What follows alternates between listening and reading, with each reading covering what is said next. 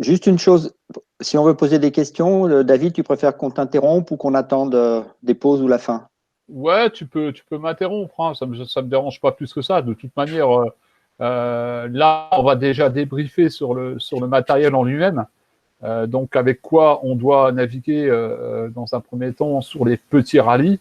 Et après, on va évoluer suivant les rallyes qui, s'ils sont de plus en plus gros, on va avoir plus en plus de matériel. Donc, déjà, on va développer là-dessus, déjà dans un premier temps. Et puis ben, si vous avez des questions, vous n'hésitez pas, vous me coupez. Ce sera beaucoup plus simple parce que sinon, il faudra à chaque coup revenir sur les choses que j'aurais expliquées. Voilà. Par contre, Excuse-moi une fois de plus, je suis obligé de mettre un peu des infos. En plus de la conversation, vous pouvez écrire dans le petit chat qui apparaît à droite de votre écran et on essaye de surveiller pour ne pas oublier les questions que vous pouvez poser là, etc. alors, ouais, c'est pas. Par contre, pour présenter, par exemple, je dois taper sur présenter et après balancer le truc, hein, c'est ça? Je t'entends pas. Exactement. Exactement. Ok. Donc après, je fais ça. Attends, parce que. On fait ça. Oh, ça marche pas. Ah, on va présenter l'intégralité de l'écran. Ok. Est-ce que là, quand je partage, là, vous voyez quelque chose ou pas? Pas encore. Tu as Pas validé encore. partout? Pardon? Tu as validé toutes les fenêtres qui apparaissent les unes après les autres? Présenter, quelle partie de Partager. l'écran, partager? Voilà, ça apparaît. Ok. Donc voilà. On va déjà commencer par tout ce qui est matériel.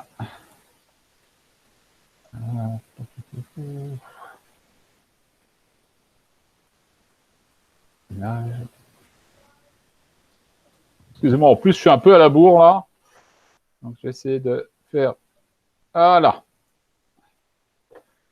Alors, donc là, vous voyez sur l'écran donc une moto de rallye en réel avec différents matériaux utilisés. Donc là, je vais vous présenter donc les matériaux utilisés en rallye. Donc dans un premier temps, on va faire sur un rallye de base, donc un rallye simple.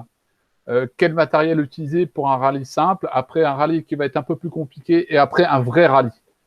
Donc là, dans un premier temps, on passe sur le rallye simple. Donc sur un rallye simple, comme le rallye des pionniers ou un rallye routier ou autre, on va utiliser un lecteur roadbook et un tripmaster. Donc le tripmaster, c'est juste là, c'est juste cet appareil-là.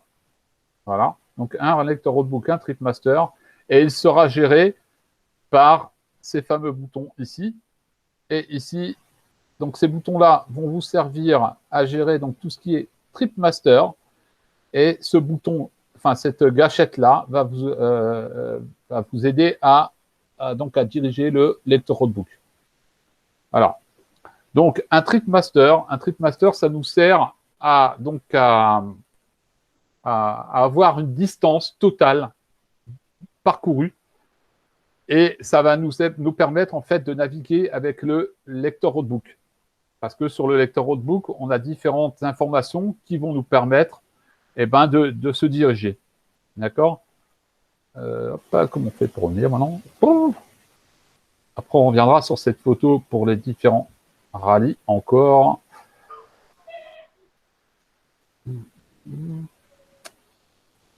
Alors,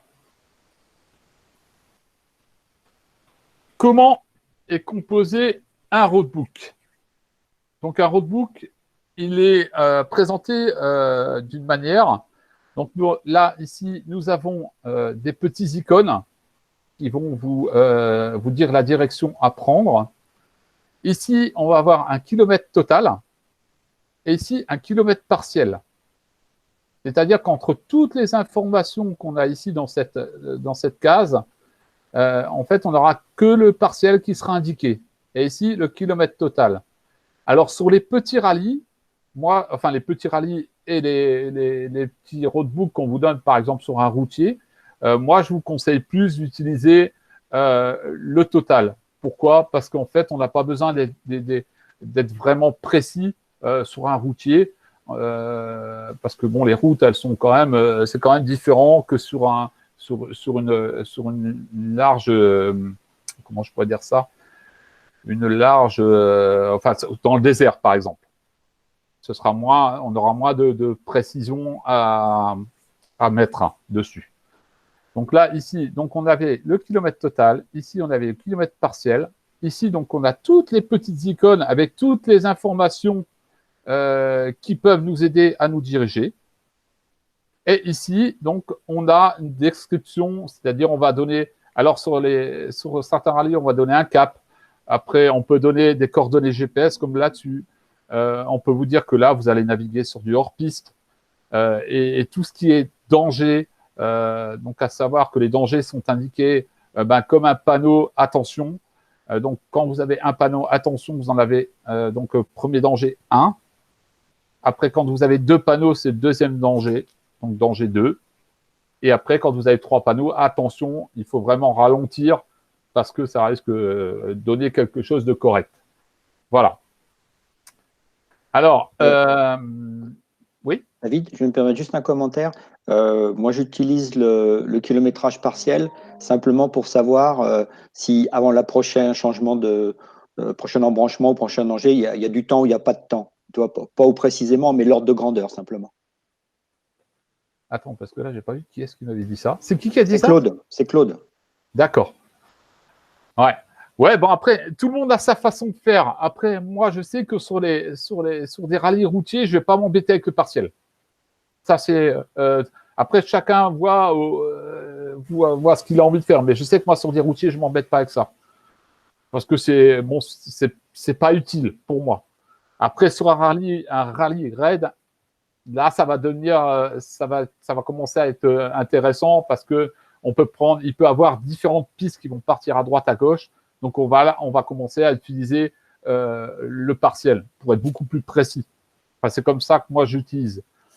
Après, ici, nous avons donc, alors, tous les icônes utilisés en rallye FIM. Voilà. Donc là, on a les différentes routes qui sont indiquées. On a, vous voyez, les dangers, comme je vous disais. Hein. Danger 1, danger 2, danger 3. Donc les gros dangers. Quand tu dis danger 1, danger 2, c'est l'augmentation en danger. C'est de plus en plus dangereux, c'est ça? C'est exactement ça, ouais. Okay. Donc en fait, si on te met deux points d'exclamation, il va falloir faire attention. Mais attention correctement. C'est-à-dire, il va falloir se méfier. Quand c'est un danger 1, il faut se méfier, mais sans plus. Par contre, danger 3, là, il faut vraiment faire gaffe. Parce que ça risque de donner quelque chose de correct. Alors, suivant les dangers, eh ben, on va vous mettre ça, par exemple, une cuvette, ou alors une bosse, ou alors, attention, compression. Et après, suivant la compression ou la cuvette ou la bosse, on va te mettre soit un point d'exclamation, soit 2, soit 3. Voilà. Puis après, on a aussi encore les saignées, tout ce qui est les radiers, les marches en descente, enfin toutes des choses comme ça qui vont être indiquées avec des dangers. Après, juste à côté, donc on a tout ce qui est des indications qui vont vous permettre de naviguer encore plus précisément, c'est-à-dire des webs, on appelle ça des langues de sable, c'est-à-dire en fait on va traverser une portion de sable, donc il faut faire attention. Après, on a des bornes, on a des cimetières, toutes des choses comme ça qui vont vous permettre encore de naviguer beaucoup plus précisément. Et ça, ces points-là, ils sont donnés sur des vrais rallyes, ils sont vraiment donnés pour que ce soit hyper précis. Après, donc là, ici, on a on a les différentes abréviations qu'on va utiliser sur un roadbook. Quand c'est comme par exemple des ornières, on va marquer ORN, défoncer, ça va être DEF. Enfin, on va prendre toutes des abréviations. Ces abréviations, il faut vraiment les connaître par cœur. Pourquoi? Parce que vraiment, quand on roule, en roulant, il faut vraiment être très, très, très concentré sur toutes les informations qu'on reçoit sur un roadbook. C'est déjà pour un point de sécurité. Et après, pour la navigation, il faut être vraiment sur le pied, sur le qui-vive. Voilà. Alors ici, on a donc les flèches qui vont vous indiquer vers la montée, hauteur limitée. Bon, ça, on s'en fout parce que nous, en moto, hauteur limitée, on n'en a pas trop besoin. Mais bon, ça, c'est des choses, vu que c'est des lexiques spécialement FIM, vu qu'il y a des camions, il faut quand même que les gens ils puissent lire leur roadbook, quoi.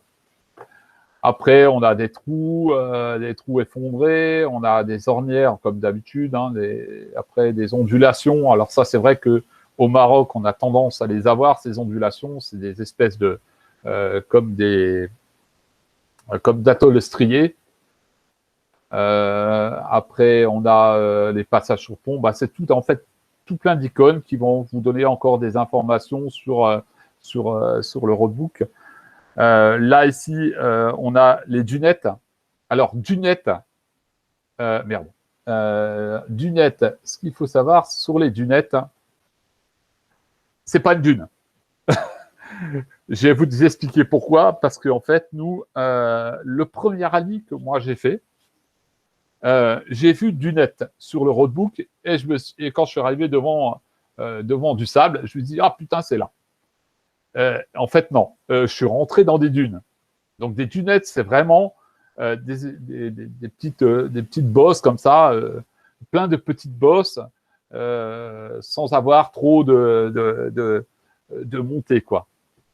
C'est pour ça que des fois il faut pas trop confondre dunette et dune. Par contre une dune c'est là les dunes c'est comme un Merzouga. Quand on arrive dans les dunes de Merzouga, c'est énorme, quoi. On arrive là-dedans, tu montes, tu descends, tu remontes, tu descends, tu fais que ça, quoi. Et c'est pour ça que là-dessus, au niveau des dunes et dunettes, il faut vraiment bien cibler la chose. Il ne faut pas confondre dunes et dunettes, parce que sinon là, tu vas te paumer, quoi. Parce que ça arrive que tu arrives dans des endroits où sur ta droite, tu as des dunes et sur ta gauche, tu as des dunettes. Et là, toi, tu vas t'enfoncer dans les dunes et là, tu peux te foutre dans un merdier pas possible. Donc là, juste à côté, on a les différents icônes qu'utilise l'organisation. Alors pour vous prévenir d'un stop, soit d'un dévers, d'un départ arrivé, un contrôle horaire, l'essence, les waypoints masqués, ce qui arrive fréquemment. Après, on a des CP où là, on va avoir plusieurs icônes qui vont s'afficher. Pourquoi? Parce que sur un CP, on va avoir une zone de décélération obligatoire. Et cette zone de décélération, il faut vraiment la prendre en vigueur parce que il peut arriver qu'il y a une personne qui te sort devant la tronche et toi, tu y rentres dedans, quoi. Donc, il faut vraiment faire gaffe. Et ça, c'est des points de pénalité si tu arrives trop vite dans un truc de CP, quoi. Juste un point. Vous m'entendez? Parce que j'ai été obligé de rajouter pas mal de réglages et j'avais pas pu le faire avant. Bonjour tout le monde. Bonjour. Vous m'entendez? Allez. Ah, ok, parfait. Bien. Ben voilà. Fallait que je fasse un petit test. Merci. Ah, d'accord. D'accord, ok.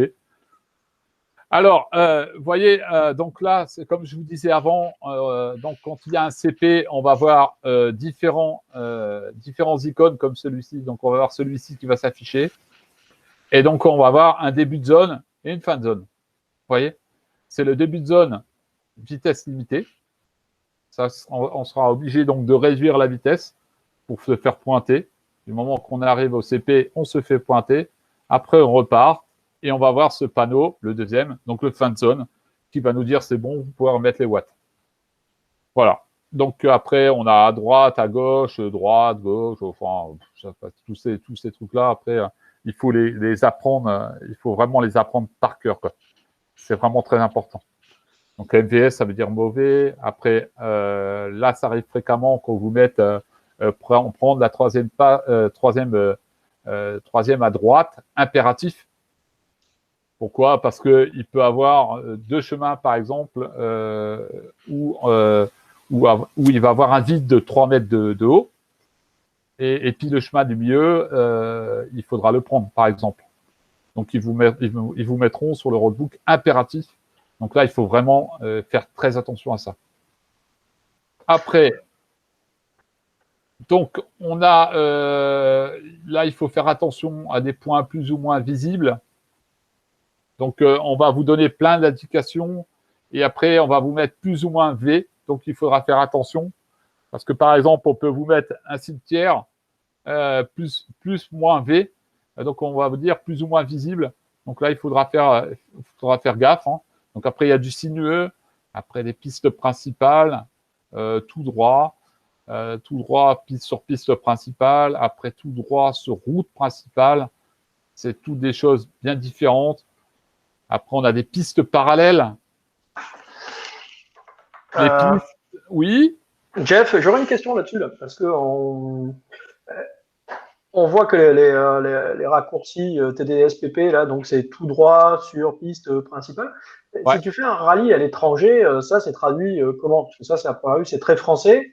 Ou Alors- est-ce que tout droit sur piste principale, c'est aussi à l'étranger TDSP ou c'est traduit, quoi? Normalement, tous les roadbooks sont faits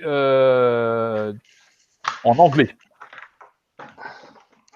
Ils sont faits en anglais. C'est pour ça que les 3/4 des pilotes parlent tous anglais. D'accord. Voilà. Oh, ça. Comment tu traduis ça en anglais? Voilà, non, mais c'est ça le truc. Comment c'est traduit ça en anglais? TDSPP, par exemple. Ah bah là après, là il faudrait regarder sur le lexique en anglais quoi. Hein.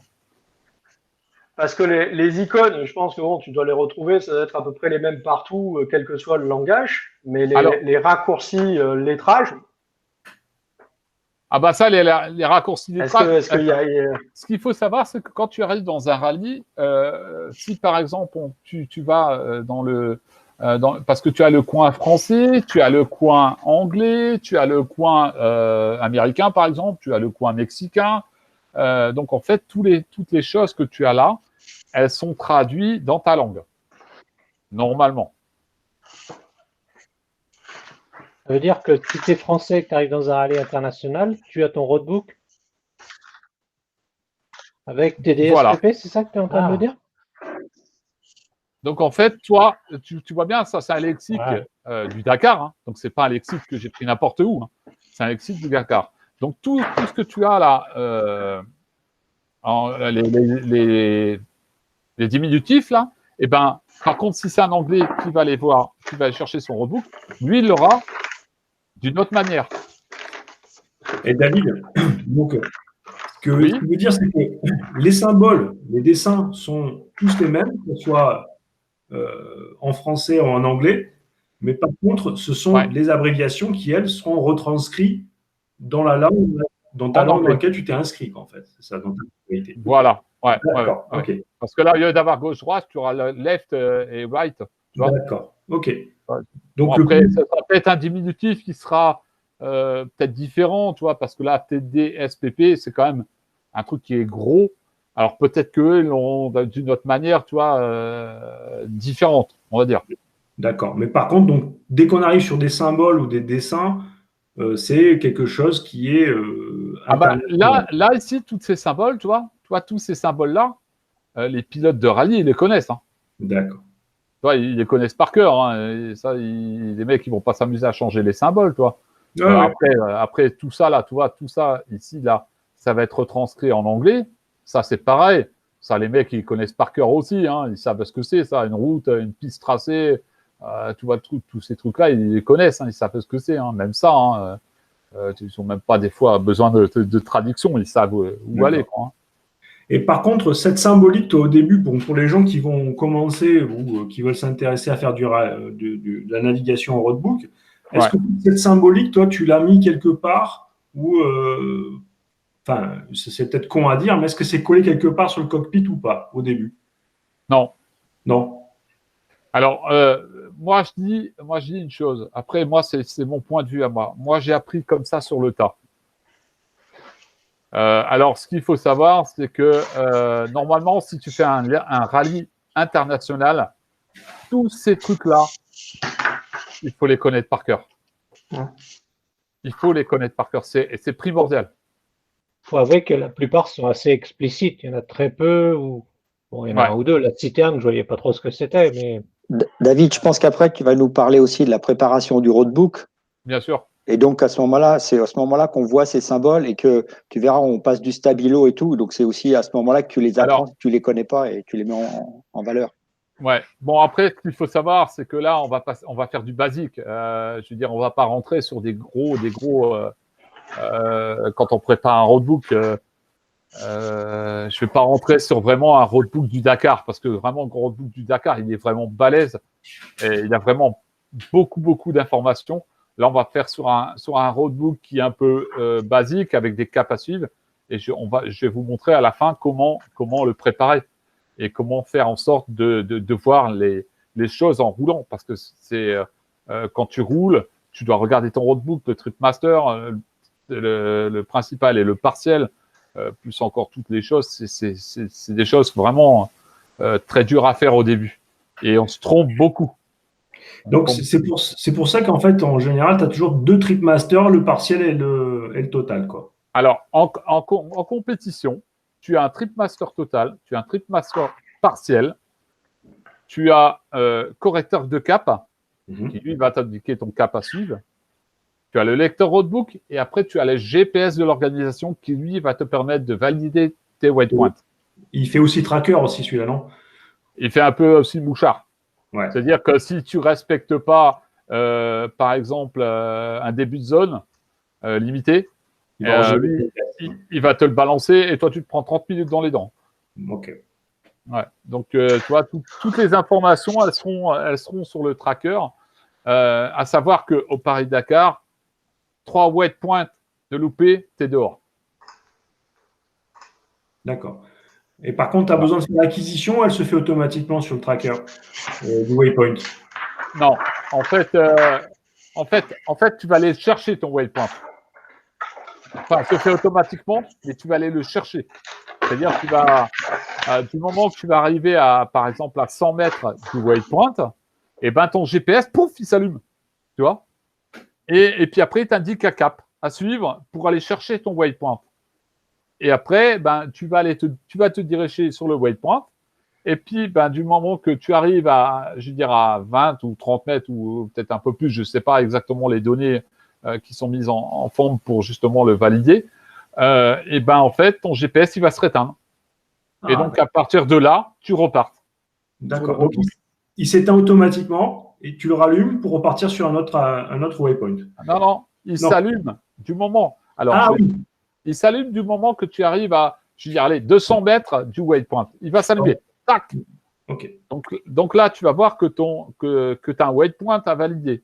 Et là, tu te dis, oh putain, il faut que je suive le cap. Et en fait, lui, il va t'afficher comme une aiguille, tu vois, comme un cap à suivre. Et toi, tu vas devoir suivre ce cap pour aller valider ce waypoint. Du moment que ton GPS il s'éteint, tu repars sur le roadbook et tu reprends ton roadbook et tu files, quoi. D'accord, ok. Voilà. D'accord, c'est automatiquement. Ouais, c'est de là qu'apparaissent toutes ces images en vrai rallye, enfin en grand rallye, pardon. Ouais. On les suit à la télé, on les voit qui tournent en rond jusqu'à ce qu'ils trouvent le cap et tous ces trucs-là. Ben ouais, parce que c'est pas évident. C'est pas évident. Alors, ce qu'il faut savoir, c'est que quand tu cherches un cap, si tu restes en tactique, tu vois, en tactique, enfin, tu restes posé, et ben en fait là, tu vas avoir beaucoup de difficultés à trouver. C'est pour ça qu'on tourne en rond, comme ça. Comme ça, en fait, il va nous indiquer le cap, et puis du moment qu'on a trouvé notre cap, on file.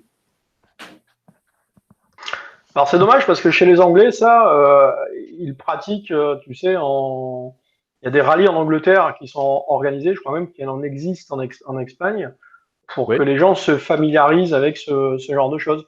Alors, il y a les sorties payantes là de Pierre-Paul Jacques. Il y a des trucs comme ça où c'est que les mecs, ils leur filent des roadbooks sur les terres anglaises ou espagnoles, quoi. Voilà. Et c'est des petits rallyes et les gens peuvent travailler sur tout ce genre de trucs. Et à Paris, chez nous, il n'y en a pas. Bah, ça pourrait se faire. Ça pourrait se faire. Mais j'en dis pas plus. Voilà. Un genre de géocache, quoi. Voilà. Ce qu'il faut savoir, c'est que le problème, c'est qu'en France, on a tellement de merde, je peux pas dire, enfin de merde, On a tellement de Réglementation. de réglementations et d'interdictions qui font que faire un roadbook papier, c'est très difficile. C'est très difficile. C'est faisable en routier. Un routier, c'est faisable, sans problème. Un routier, moi, je te fais un roadbook en très peu de temps. Et par contre, pour se familiariser, donc sur les roadbooks, il y a des petits rallyes qui sont très bien faits et très bien expliqués. C'est un gros tremplin pour se lancer dans les rallyes, les gros rallyes. Tu as par exemple le rallye des pionniers d'histoire, qui lui va te permettre de te familiariser avec avec les différentes icônes qu'on a ici. Et ça va aussi te permettre de travailler justement ce roadbook avec des gens qui ont déjà participé au Dakar, mais dans les anciens Dakar des années 80, 90, tu vois, où là, ils avaient rien, quoi. Donc voilà, quoi. Après, tout est faisable. Le truc, c'est de le vouloir. C'est pour ça, en plus, à la fin, je vais vous présenter le fameux petit programme que Ben nous a trouvé. Ça s'appelle Tulip. Oups, c'est quoi ça? Donc, ça s'appelle Tulip. Et c'est plutôt sympa à utiliser et très simple. Enfin, moi, j'ai trouvé très simple. Donc, voilà, on en était où? Donc, voilà. Donc, ici, vous voyez, on a le C qui va vous indiquer le cap. Hein. Donc, là, on était arrivé aux pistes, hein, pistes parallèles. Les pistes, donc là, on a aussi des caps. On a des caps moyens. Après, on a des espèces de toujours ou alors des photos, enfin, pour différents. Hein. Normalement, il y a des photographes qui sont un peu postés. Ça, c'est au Dakar. Hein.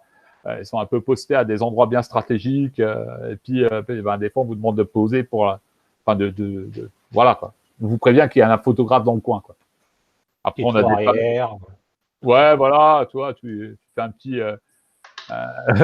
une petite figure qui va bien, tu vois, et sans te mettre sur la gueule, bien sûr, mais tu fais un peu en sorte de. Puis bon, voilà, on a tout ce qui est végétation, donc là, c'est pareil, ça va être sûrement avec un petit truc attention, végétation, parce que souvent, on a des herbes de chameau, on appelle ça, et des herbes à chameau qui sont très dangereuses en moto. Donc, on va mettre un attention avec végétation, quoi. Après, on a des arbres, après, on a des sommets à gauche, à droite, enfin, bon, voilà, quoi. Toutes ces icônes, donc ça t'apprendre par cœur pour la compétition en FIM. C'est très important. Voilà. Donc, dans un premier temps, tout ça. Donc là, on a, vous voyez, ça, c'est un roadbook donc, qui a été fait par le rallye des pionniers d'histoire. Donc, le fameux rallye que je vous ai parlé, qui, eux, vont être un peu plus, vous voyez, ça va être un peu plus simple. Donc là, ici, on a un départ avec des bâtiments, départ au panneau, quoi. Et puis, donc pour s'y rendre, on va passer par cette route-là. Donc voilà. Donc ça, on s'en occupera après. Comment on fait là? Hop. Ça, c'est la préparation. Comment tu fais pour... Ça marche. Ah, voilà. C'est ce que je voulais. Alors, il est où?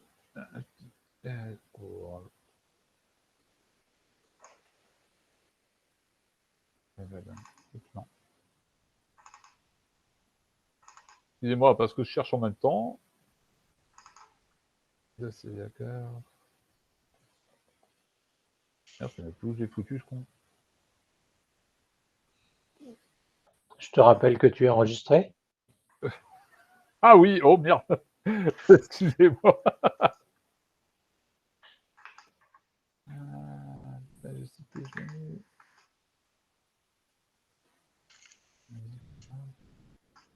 Putain, un peu me souvenir.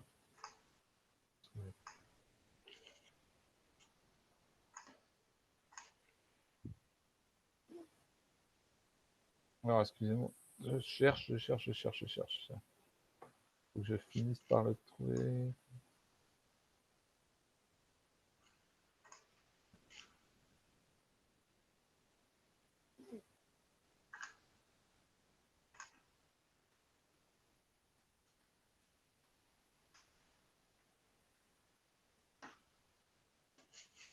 Ça va être celui-là.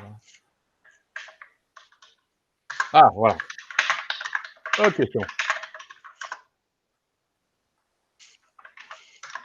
Donc là, on va un peu expliquer. J'ai un peu expliqué ce que ça signifiait un peu le roadbook. Donc, on appelle ça plutôt un carnet de route, hein, un carnet de route. Donc, c'est ce qui va un peu nous permettre d'avoir un maximum d'informations pour pouvoir se diriger. Alors, on va avoir une succession d'indications qui vont être indiquées, comme je vous ai expliqué avant.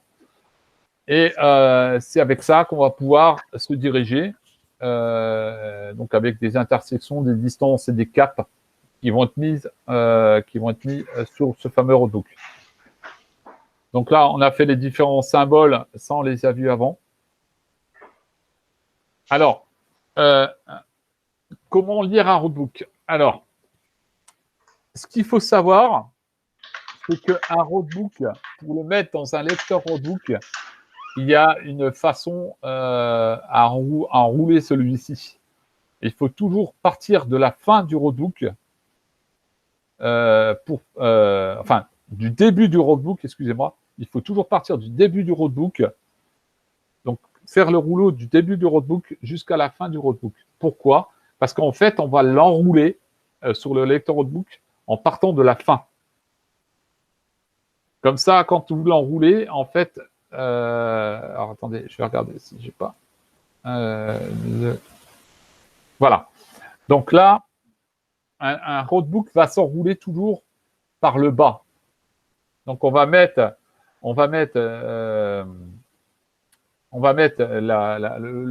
la fin du roadbook sur le bas et à un moment donné, on va l'enrouler pour arriver jusqu'au début.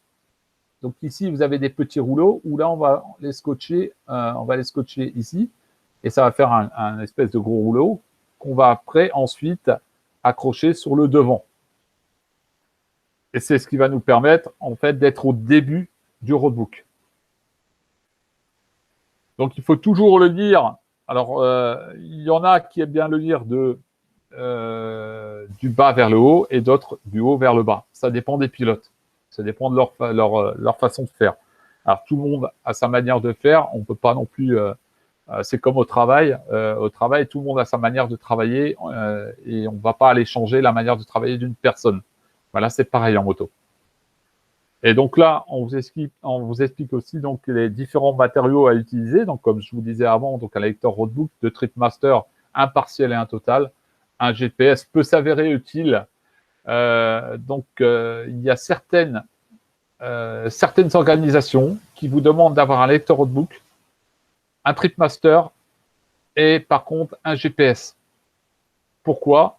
Parce que en cas de si vous perdez par exemple, on vous donne un comment on appelle ça? Un cap, non? Non, pas un cap, des coordonnées GPS. On va vous donner des coordonnées GPS pour que vous puissiez rejoindre le CP. Il arrive que des fois, il y a certaines personnes qui se paument complètement. C'est déjà arrivé plus d'une fois. Et ça leur permet d'aller jusqu'au CP et de pouvoir reprendre le fil de la course, quoi. Bon, ça par contre, au Dakar, c'est pareil. Au bout de 3 fois où tu as appuyé sur le GPS pour qu'il te ramène un CP, au bout de la 3e fois, tu es dehors. C'est pareil. Mais par contre, sur certaines organisations comme le Rallye des Pionniers ou autres, il y a d'autres organisations qui utilisent ce genre de système, ça va vous permettre de vous remettre sur la bonne piste et de repartir d'un CP pour pouvoir vous recaler. Parce qu'après, je vais encore vous expliquer, il y a aussi une manière de recaler le trip master partiel et le trip master total.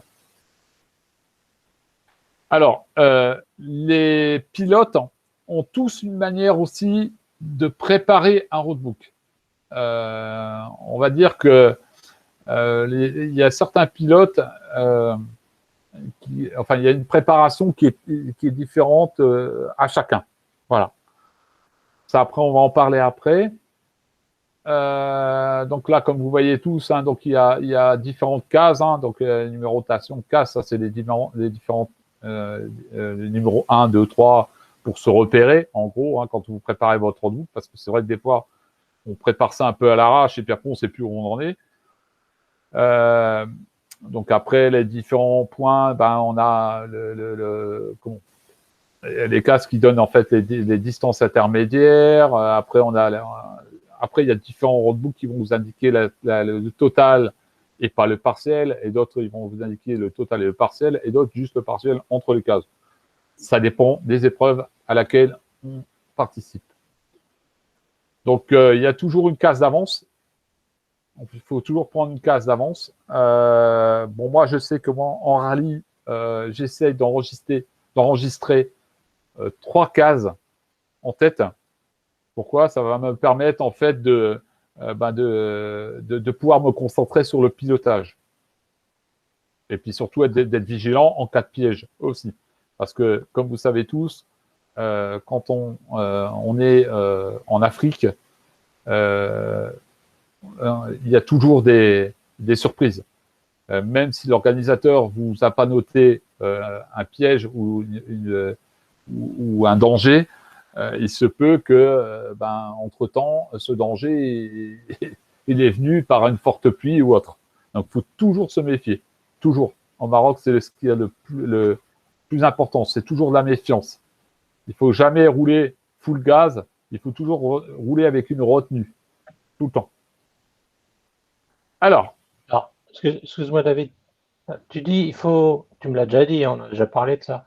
Il faut enregistrer, avoir tout le temps en tête plusieurs points, mais finalement, plusieurs points de passage, je ne sais pas comment ça s'appelle, balises, appelons ça comme on veut, mais ça se renouvelle vachement souvent. Donc, tu es sans arrêt en train de te rafraîchir l'esprit sur ce que tu as à faire. C'est un travail qui est. Ça s'apprend. Ça s'apprend.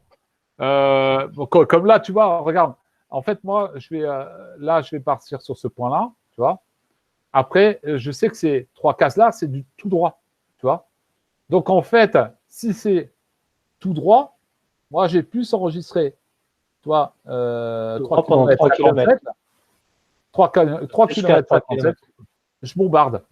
Ouais, d'accord. Tu vois. Donc, David, ça veut dire que quand tu vas faire dérouler, une fois que tu es parti, quand tu dis c'est 1 ou 2 cases d'avance, c'est-à-dire que dès que tu es parti, tu sais que tu as un tout droit, que tu es sur le bon cap, tu vas faire de suite défiler ton roadbook pour arriver à 2 ou 3 cases après, en fait, c'est ça? Voilà. En fait, le roadbook, c'est comme une tablette, ça a la grosseur d'une tablette, donc tu vois vraiment bien. Tu arrives à afficher, normalement, si mes souvenirs sont bons, tu arrives à afficher 4 ou 5 notes, suivant les roadbooks. Donc moi, je prends toujours 3 par 3. C'est-à-dire, du moment que j'ai 3 notes, après que j'arrive à la 3e note, je vais passer sur les 3 notes différentes encore. Parce que les détails ou les informations qui sont marquées sur les 2 prochaines te suffisent en fait pour te dire bon, je suis toujours dans le bon cap, je suis toujours sur la bonne direction, je peux de suite anticiper en fait. Tu es tout le temps dans l'anticipation en fait. Tout le temps. Et c'est ça qui est fatigant dans le rallye raid, c'est que t'anticipes tout le temps.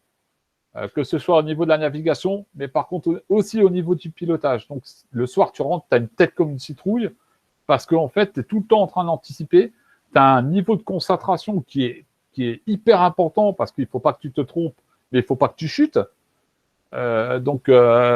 Toutes ces choses-là rassemblées, le soir, je peux te dire que tu dors comme un petit bébé, quoi. Et après, toujours, le roadbook, c'est ce qui va vraiment te donner le maximum d'informations. Et ça, il faut faire gaffe. Il ne faut surtout pas sauter une case. Et c'est pour ça qu'après, tu verras que la préparation d'un roadbook, c'est ce qui est le plus important. Mais ils étaient en train de parler, de dire qu'ils allaient changer justement un peu la navigation, parce qu'il y avait trop d'informations à lire pour les pilotes moto qui étaient tout seuls, Ouais. et que c'est souvent ça engendrait les accidents, parce que les mecs, ils ont les yeux sur le roadbook, les yeux sur les trickmasters, les yeux sur le compteur, les yeux sur la route, et ça leur faisait trop de trucs à regarder, et souvent ils se plafonnaient à cause de ça. Ouais. Alors maintenant, il existe des médecins qui te font travailler ça. Alors, ils te font travailler la vitesse. En fait, tu dois enregistrer un max d'informations en un clin d'œil. Il existe des médecins qui sont faits pour ça. Je sais que Xavier de Soutré l'avait fait. Il me semble que Adrien aussi l'avait fait, Van de Beran. Apparemment, ça aide beaucoup. Mais bon, maintenant, les roadbooks, comme vous savez tous, je pense, ça va être bientôt des roadbooks électroniques. Donc, des roadbooks qui seront dans une espèce de grosse tablette. Donc, ça va arriver. On avait eu auparavant des roadbooks qui étaient déjà en couleur. Bon, ça, c'est sur les grosses organisations. Je veux dire, sur une petite organisation, tu auras un roadbook comme celui-là. Tu vois ? Les gens, ils vont pas s'embêter à mettre de la couleur parce que ça va leur coûter un fric monstrueux, tu vois. Pour vous entraîner, je peux vous donner un conseil. Moi, je fais tous mes voyages sur la route en faisant un roadbook. Alors, je me suis fait un roadbook manuel avec une boîte un Tupperware et 2 rouleaux. Et donc, je fais tous mes tracés comme ça. Alors, c'est un peu plus simple qu'un roadbook de tout terrain puisque j'ai juste le total, le partiel, mais j'ai mes virages à gauche, enfin pas mes virages, mais mes intersections et des trucs comme ça. Ce qui permet de s'entraîner à la lecture d'un roadbook. Et comme dit David, on est rassuré que quand on a 2-3 images d'avance parce qu'on sait ce qu'on va faire derrière, quoi. On sait quel est le prochain bled, on sait quand on doit tourner, etc. Quelqu'un a déjà utilisé les roadbooks de vibration? Alors moi j'ai utilisé les roadbooks de Road Tracer Pro. Allô ? Parce que vibration, je sais qu'ils font des roadbooks, ils vendent des traces sur les Pyrénées, la Grèce, où on devait faire la Grèce avec Juju, là, Hilario le connaît, je crois. Et lui, il me dit, je vais acheter un roadbook. Et lui, il installe justement un lecteur de roadbook sur ses motos parce qu'il préfère naviguer comme ça que naviguer par GPS. Par contre, la question, c'est est-ce que quelqu'un sait, ou je peux poser la question à Juju plus tard, mais est-ce que ça ressemble à ce genre de roadbook? Ouais. Ouais, c'est ça. Ouais. Un roadbook, de toute manière, un roadbook aura toujours un peu la même tronche. Il sera peut-être fait différemment, mais il aura toujours la même tronche. Il aura toujours un peu les différentes icônes comme ça qui vont te. Bon, après, si c'est un roadbook routier, ce sera moins. Il y aura moins de. Il n'y aura pas de cap à suivre ou des coordonnées GPS parce que tu sais très bien que voilà. L'avantage, par contre, tu vois, je pensais à ça parce que c'est qu'avec un truc vibration, tu pars en tourisme et finalement, tu peux le coupler avec ton GPS, t'entraîner sur le roadbook et voir avec le GPS si finalement t'es bon ou pas bon. Et tu peux faire ça en mode touriste, quoi. Ouais, par contre, ouais, tu vas être souvent là, tu vas souvent avoir la tronche parce que moi, j'en ai fait quelques-uns de roadbook routier. Le problème, c'est que le roadbook routier, c'est assez dangereux. Pour les gens qui ne sont pas habitués. Pourquoi ? Parce que tu vas avoir toujours la tronche sur ton lecteur roadbook. Ouais, mais enfin, si tu veux, tu fais ça en mode touriste. Nous, ce qu'on devait faire en Grèce, c'était une balade à 2, tranquille, dans les montagnes, avant d'aller faire la rallye. Ouais, donc, tu vois, tu peux faire ça en mode soft, t'es pas au chrono, tu peux comparer, etc. Et ça peut être un bon entraînement. Ouais, mais ça peut. Ouais, mais de toute façon, de toute façon, il faut tout essayer. Hein. Je veux dire, toutes les astuces sont bonnes. Hein. Après, si en plus de ça, tu as la carte, la trace en GPX, c'est encore mieux. Parce que là, tu vas pouvoir t'entraîner correctement, quoi. David, bonsoir. J'ai une question. Tu parlais de l'évolution du roadbook en numérique. Ouais. Et je me rends compte qu'on commence à voir fleurir des outils qui permettent de l'éditer pratiquement en temps réel avec la bibliothèque justement des signes, FIA. Ouais. Et comme Ben a mis à disposition il y a quelques temps le Tulip, j'ai découvert que la société que tu dois connaître, qui s'appelle la société Rabbit, a fait une petite application qui s'appelle Roadbook Designer, qui est liée aussi à leur système pro et qui possède ces signes-là. Et dans l'export, justement, ça permet d'aller vers Tulip. c'est prévu dedans. Et la question que je voulais te poser, c'est, à mon avis, est-ce que le numérique ne va pas faire gagner du temps, justement, pour les organisateurs, quand à la base, ils écrivaient ça sur papier, pour le roadbook de base, sachant qu'on peut l'éditer, tu vois? Non, ils ne gagneront pas de temps. Je vais te dire pourquoi. Parce qu'un organisateur, de toute manière, il doit les reconnaître. C'est obligatoire. Oui. C'est une obligation. Pourquoi? Parce qu'il ne peut pas t'envoyer au casse-pipe. C'est comme nous, quand on fait une trace, tu vois, à un moment donné, tu vas faire une trace, et cette trace, tu vas te retrouver devant une barrière, tu vois. D'accord. Ça, un organisateur, il ne peut pas se le permettre. Mais à l'heure actuelle, comment c'est fait? C'est-à-dire que quand ils mettent en place le roadbook Racine, je dirais, quand ils font leurs recos, etc., ils mettent leurs informations en temps réel de quelle façon? C'est-à-dire qu'ils notent tout sur papier, etc. Ouais, il y a beaucoup de notes qui sont prises. Sur le pied-qui-vive, enfin, sur le terrain. Il y a beaucoup de notes qui sont prises sur le terrain. Après, eux, ils ont déjà une vue d'ensemble. Ils savent un peu où ils veulent aller. Et après, à ce moment-là, ils ont un espèce de eux, ils ont des choses beaucoup plus complexes que nous. Je veux dire, ils ont des choses vraiment pour faire les roadbooks. Ils ont vraiment des trucs. Mais ils utilisent quand même le numérique parce que si tu peux éditer pendant ta reco déjà avec tes signes en bibliothèque, ça va quand même être intéressant, non, pour eux? Mais de toute façon, il n'y a pas de secret. Quand tu regardes dans toutes les grandes teams, dans tout ce qui est organisation, tu as des gens qui sont payés à te faire, avec un roadbook, une trace. D'accord. C'est pour ça que maintenant, ils veulent donner les roadbooks. Enfin, maintenant, c'est sûr et certain, parce que j'ai regardé un peu le truc du Dakar cette année, ils auront les roadbooks que le matin au départ. Justement, pour éviter tout ça. Ah oui. Parce qu'en fait, ce qu'il faut savoir, c'est qu'il y a des gens qui sont payés pour ça. Ils vont te dépioter le roadbook et avec le roadbook, en fait, ils vont pouvoir te faire la trace la plus rapide. Ouais, effectivement. Ça devient vicieux après. Ouais, donc c'est pour ça que maintenant ils sont passés sur les roadbooks et ils vont donner les roadbooks le matin. Comme ça, les mecs n'ont pas le temps de préparer. Il faut aussi rappeler, c'est qu'ils ont fait le roadbook à l'avance et que la veille, ils ont une équipe, je parle des organisateurs, qui repasse. Et c'est comme ça qu'éventuellement, il y a des corrections qui sont données la veille au soir ou maintenant le matin pour corriger, parce qu'entre-temps, il y a eu une modification à faire, quoi. Ouais, une erreur ou un noyau qui s'est effondré ou n'importe quoi. Donc, on te donne une correction à faire sur ton roadbook. Donc, c'est un éternel recommencement. C'est-à-dire que tu as toujours des ouvreurs, on appelle ça des ouvreurs. Donc, les gens qui vont avoir une journée d'avance sur nous, sur les pilotes. C'est-à-dire, ils vont lancer la première spéciale, donc eux, ils sont déjà partis. Tu vois, donc, ils savent déjà, ils auront déjà une journée d'avance. Donc, toutes les modifications, ils les enverront à l'organisation qui, eux, le soir, vous fera un petit topo des modifications à apporter sur votre roadbook. Ça, c'est des choses où, après, toi, tu es obligé de modifier sur ton roadbook. Ça arrive fréquemment, ça? Ça arrive fréquemment. Ouais. Ça arrive fréquemment. Je sais que c'est comme tout, tout ce qui est le Maroc, enfin le continent africain, c'est un continent qui bouge beaucoup.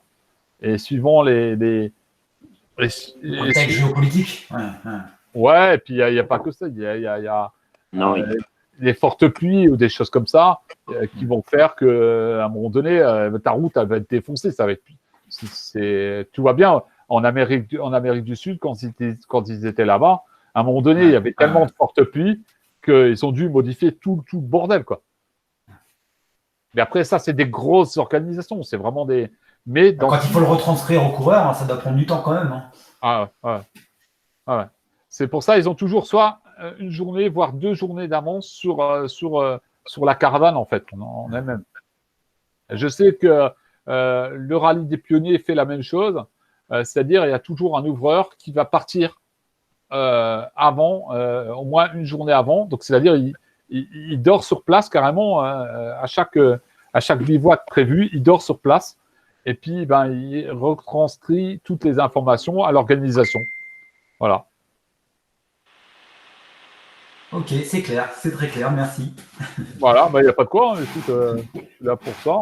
Donc là, on était... Si vous vous rappelez le Dakar de l'année dernière, il y a eu plusieurs jours où ils leur ont fourni le roadbook que le matin, justement pour commencer à anticiper ce nouveau règlement et contrer ce comportement de traceurs spécialistes qui préparaient la trace ou je ne sais quoi d'ailleurs pour les pilotes. Alors, moi, présent dans les sports mécaniques aujourd'hui, ça se voit beaucoup. Hein. Moi, je l'ai déjà vu faire. Hein. J'ai déjà vu un mec travailler, un traceur. Enfin, ils appellent ça. Ils ont un autre nom, je crois. Je sais plus le nom. Mais j'ai vu un mec faire ça. C'est impressionnant. C'est impressionnant. Le mec avec le lecteur roadbook, il te sort une trace. Mais une trace, c'est limite. T'as l'impression que le mec il fait que des trucs carrés. Tu vois, il n'y a pas de courbe.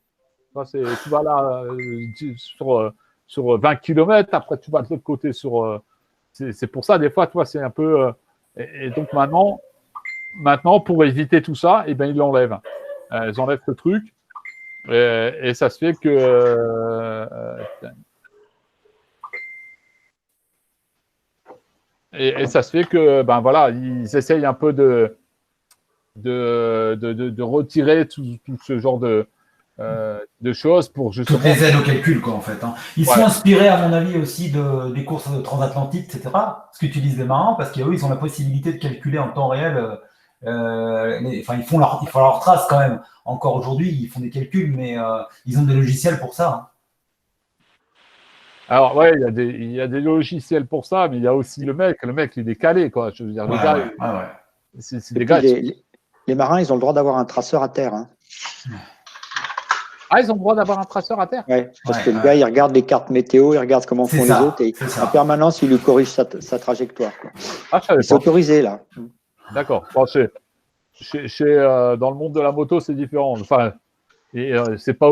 Enfin, ça existe, mais c'est visuel. Il y a quelqu'un autour du circuit. Ouais, ça existe, mais par contre, voilà, au début, tout le monde avait des doutes. Et puis après, à un moment donné, ça donnait tellement de tricherie. Non, mais c'est vrai, quand on regarde en voiture, c'était incroyable. En voiture, c'était incroyable. Et comme en moto, c'était pareil. Hein. Après, ils ont commencé à... Alors, ça existe toujours. Hein, quand tu regardes, par exemple, le MotoGP, etc., tous ces gens qui sont autour de la piste, qui se baladent, c'est pas pour rien. Hein. Non, mais là, c'est pour donner des temps, c'est encore différent. Ouais. À la rigueur, pour donner des temps, ça, tout en fout. Par contre, je veux dire, là, c'est pour gagner du temps. C'est pour gagner du temps qui font toutes ces choses-là. Et c'est vrai que quand tu gagnes du temps en rallye raid, eh ben, ton classement, tu remontes à une vitesse incroyable, quoi. Et puis après, quand tu regardes les vitesses moyennes que les mecs ils ont, c'est bon, quoi. Tu pleures, quoi. Ça devrait être autorisé pour les plus de 50 ans. Aussi, ouais. Bon, on va continuer sur notre fameux roadbook. Donc là, on va passer sur comment préparer un roadbook. Alors, ce qu'il faut savoir, c'est que pour aller très vite, bon là, j'ai marqué naviguer tout en roulant à fond. Je veux dire, on va être un peu. Il y en a un qui doit couper son micro parce qu'on entend le clavier. Ouais. Ah, maintenant on entend autre chose. Voilà. Donc voilà. Donc j'ai marqué pour naviguer très vite, naviguer tout en roulant à fond. Les meilleurs pilotes mondiaux passent plusieurs heures la veille de chaque étape à préparer leur roadbook et à mémoriser les points clés des différents changements de direction. Alors, je sais que moi, je ne le fais pas. Pourquoi? Parce que je n'ai pas leur niveau, déjà, pour mémoriser les points clés. Eux, ils sont habitués à faire ça. Ils font que ça. Ils travaillent beaucoup sur les roadbooks. Ils ont ils ont une facilité à lire un roadbook que nous, on aura. Mais par contre, 10 ans après, en ayant pratiqué un maximum les roadbooks. Donc voilà. Donc ça, c'est les différentes phases que eux ils font pour préparer le roadbook. Nous, on va en voir une phase qui va être moins importante. Nous, on va utiliser pareil que les stylos, les stylos fluo de différentes couleurs qui vont nous alerter. Enfin, en fait, notre regard, il va être, on n'aura pas besoin de chercher en fait. Quand on fluote quelque chose, c'est pour que le regard va directement dessus. Ouais, sans même lire le détail de ce qu'il y a écrit, tu as ta couleur phare, je sais pas, le rose pour le danger, et ça t'attire. Donc tu regardes, c'est ça. Voilà. En fait, moi, je sais que moi, quand je prépare mon roadbook, je vais avoir plusieurs couleurs. Bon, là, les couleurs, elles sont pas trop top, mais normalement, c'est ce qu'on utilise un peu en rallye. Donc là, on va avoir le vert qui, lui, va nous indiquer les directions à suivre. Donc, on va le fluoter, comme ça. On va mettre on va prendre le crayon, on fluote comme ça. Voilà, quoi. Et après, donc tout ce qui est donc les kilomètres total et kilomètres partiels, on va les fluoter d'une autre couleur. Vous voyez, là, moi, j'ai fluoté en rose, en rose fluo, quoi. Et par contre, les indications, comme les dangers, comme des indications qui sont très importantes pour pouvoir trouver sa route, comme un cap, comme j'ai marqué départ panneau parce que c'est quand même important d'arriver, surtout qu'on va avoir une zone limitée avant. Bon là sur ce rallye là, on l'a pas parce que c'est pas un rallye FIM, c'est le rallye des pionniers, donc c'est différent. Donc en fait toutes les informations importantes, je vais mettre le orange fluo. Pourquoi? Parce que le orange fluo va m'alerter. Il va me dire là, attention, il faut que je parte sur le cap 292. Fais gaffe. Pareil pour les dangers. Alors moi, pour les dangers, voilà ce que je dessine sur mon roadbook. Bon, je dessine pas le panneau, mais je dessine ces fameux triangles. Et dans ce triangle, je vais mettre soit un point d'exclamation, soit un deuxième 2 points d'exclamation, ou soit 3 points d'exclamation. Voilà. Donc moi, je fais un grand triangle comme ça, où je vais mettre, les dangers. C'est-à-dire danger 1, je vais mettre un point d'exclamation, danger 2, 2 points d'exclamation, danger 3, 3 points d'exclamation. C'est comme ça que je le fais. Et donc, je vais le dessiner, par exemple, ici. Je vais faire par exemple, s'il y a un danger, je vais le dessiner ici en grand, et puis je vais mettre, danger 2, je vais mettre 2 points d'exclamation. Je vais dessiner 2 points d'exclamation. Voilà. Donc, toutes ces couleurs vont faire en sorte que ça va vous attirer le regard. Et c'est des couleurs que moi, j'utilise en rallye. Donc, j'ai utilisé le rose, le vert et le orange qui, lui, va m'indiquer soit des dangers, soit des caps à suivre ou des grosses informations à ne pas zapper ou oublier, quoi. Voilà. Et David? Oui? Quel est l'intérêt que tu soulignes que tu stabilotes ton partiel ou ton total? Tu stabilotes uniquement sur des endroits importants ou tu les stabilotes tous? Moi, je sais que moi, je stabilote tous. D'accord. Alors, pour repérer pour la lecture immédiate du trip, quoi, du kilométrage, en fait. Voilà, ouais. Je sais que il y en a certains qui vont prendre plus le total, ils vont stabiliser le total et puis laisser le partiel en vrac. Moi, je sais que je fais tout. Comme ça, en fait, ça va m'attirer. En fait, si tu vois, je dis merde, putain, mon partiel est pas bon, ça va m'attirer tout de suite l'œil parce que je sais que moi, j'utilise le rose, tu vois, pour stabiliser. Et quand tu roules, toi, ton œil il va se mettre sur le côté gauche et sur les informations ici que tu. Et là, David, je ne suis pas intervenu tout à l'heure quand tu as dit que tu avais un trip master partiel. Ça veut dire que tu fais 120 mètres et tu remets à zéro ton trip master partiel alors? Alors, ouais, normalement, oui. Normalement, c'est comme ça que tu devrais faire. Des fois, tu en sautes. Mais des fois, j'en saute.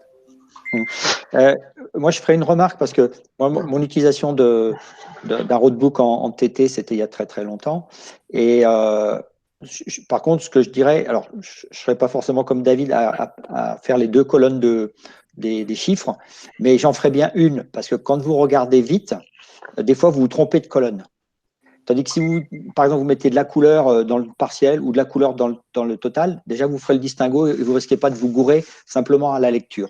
Bon, pour le reste, je faisais comme lui, tout à fait. Juste une question. Sur un rallye standard, pas Dakar, quelque chose du genre Africa Race ou je sais pas trop quoi dans le style. Africa Race, c'est Dakar. Ouais, non, franchement. Non, mais whatever. Sur on va dire un rallye standard, pas haute compétition, voilà. Il faut compter combien le soir finalement sur une moyenne pour préparer son roadbook le lendemain. Tu dois y consacrer quoi? 1 heure, 2 heures en moyenne, c'est le temps que tu y consacres? Ça dépend de la spéciale. Ça dépend de la spéciale. Ça dépend en fait. Si tu as 400 km, eh ben, tu vas mettre plus de temps.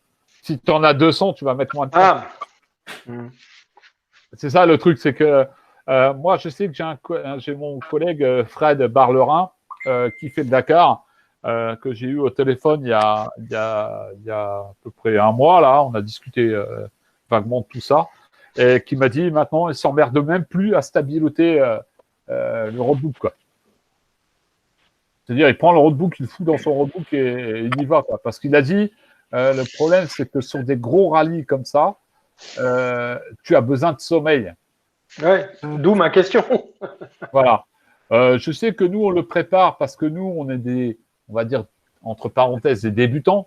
Donc, nous, il faut cette préparation pour justement que notre œil va directement sur les informations qu'on a besoin de savoir. Tu vois, parce que eux, maintenant, eux, ils sont habitués à rouler avec des roadbooks. Alors, ça se fait que eux, son œil à eux, tu vois, ils vont aller directement sur leurs informations qu'ils ont besoin. Par contre, nous, on va avoir un peu plus de temps en roulant, parce que en roulant, c'est pas évident de regarder des informations et en même temps rouler. Il faut quand même que l'œil soit dirigé sur l'information qu'on a besoin de savoir. Il y a un gars qui était avant mécano chez KTM et qui maintenant a une belle KTM tout de même, et il court en privé sur le Dakar. Et on avait fait un reportage sur lui et il racontait qu'en moyenne, il passait 1 heure sur le roadbook. Il se bat pour la première place en mal. En mal moto, ouais, je vois qui c'est. Donc c'est tout de même un très bon niveau et donc voilà, il passe même en moyenne 1 heure, quoi. Pour un mec qui est habitué. Ouais, qui est un super pro et puis qui arrive tôt le soir, qui n'arrive pas à minuit déjà. Voilà. Le problème, c'est que quand toi, tu es débutant et tu arrives en mal moto, tu arrives pas tu arrives très tard la nuit et le lendemain matin, il faut repartir, quoi. Donc, tu vois le truc. En plus de ça, il faut préparer ton roadbook, il faut préparer la moto, faut la remettre en condition et ça se fait que tu prends très peu de sommeil. Et c'est pour ça qu'il y a certains pilotes maintenant qui ne préparent même plus leur roadbook, quoi. C'est-à-dire, ils enroulent, ils ont leur rouleau et puis le foutent dans le lecteur et puis après ils roulent, quoi. Certains pilotes, bien sûr.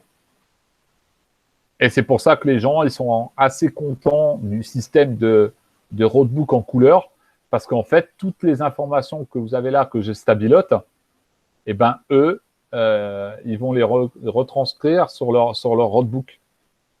C'est-à-dire l'organisation va te retranscrire par exemple, les directions à suivre, ils vont te le mettre d'une certaine couleur, tu vois. Et le roadbook électronique permettra la même chose. Exactement, ouais.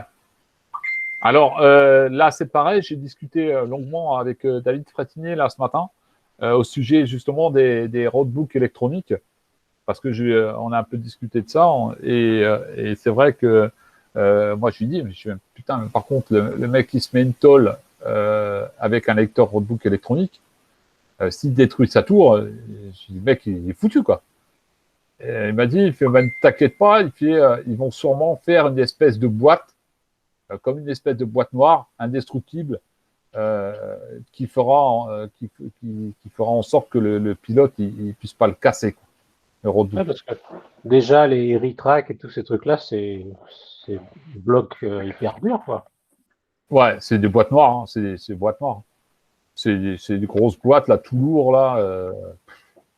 Et là aussi, c'est pareil, ils sont en train de travailler là-dessus pour justement descendre le poids de ce matériel-là. Voilà, pour les motards. Ouais, parce que c'est un détail qu'on n'aborde jamais, mais à la fin, sur les tours, il y a une masse énorme, quoi. Ah ben, quand tu regardes, sur les tours, tu as les deux lecteurs notebook, les deux Tripmaster, tu as le Speedocap qui va être bientôt obligatoire. Tu as l'e-retrack, tu as le GPS de l'organisation. Après, ben, toi, tu rajoutes encore un peu de matériel. Ça se fait que, putain, ça fait un poids, mais énorme, quoi.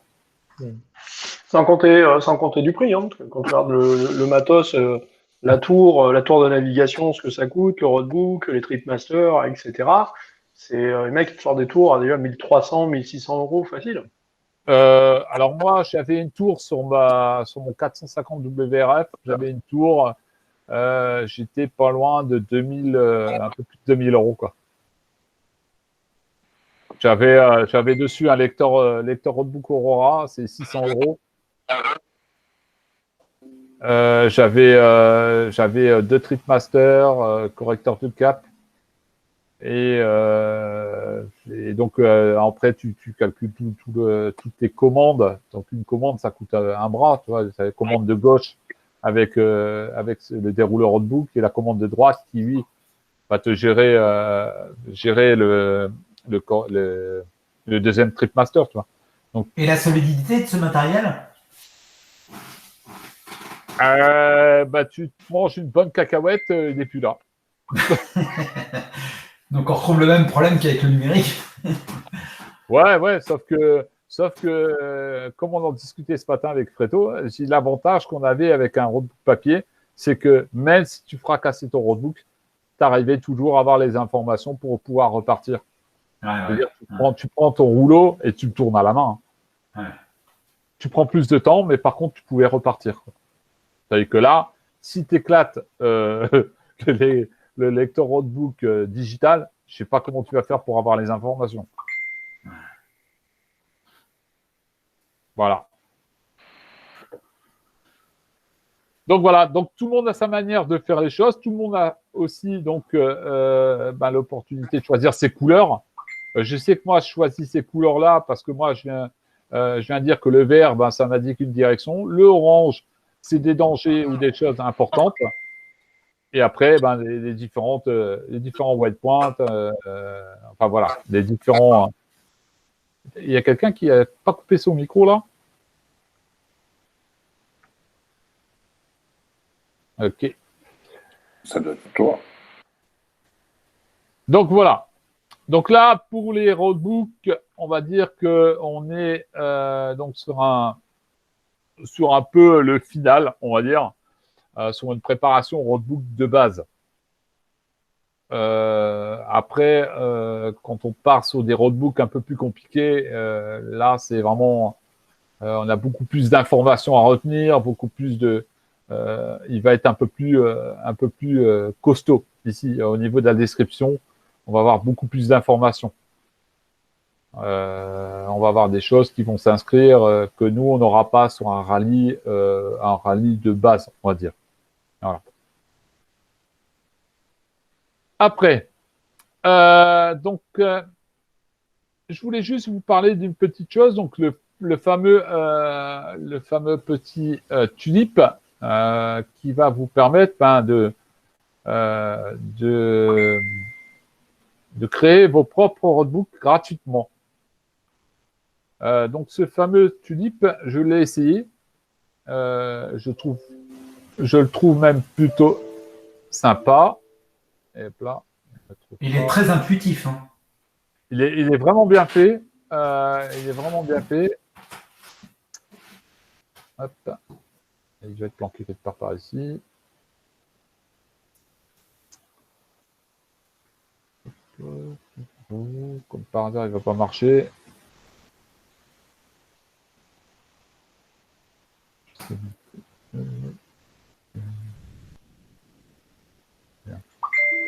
Ah bah moi il marche plus. Ah putain, il ne marche plus maintenant.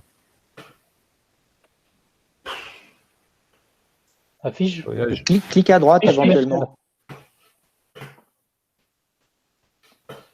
Et fais ouvrir en tant qu'administrateur. Voilà, je vais le dire. Ah, Non, tu vois, t'as fait exécuter en tant qu'administrateur? Attends. Hop. Ouais. Le deuxième ligne, celui-là. Voilà. Ah non. Un fichier qui a été.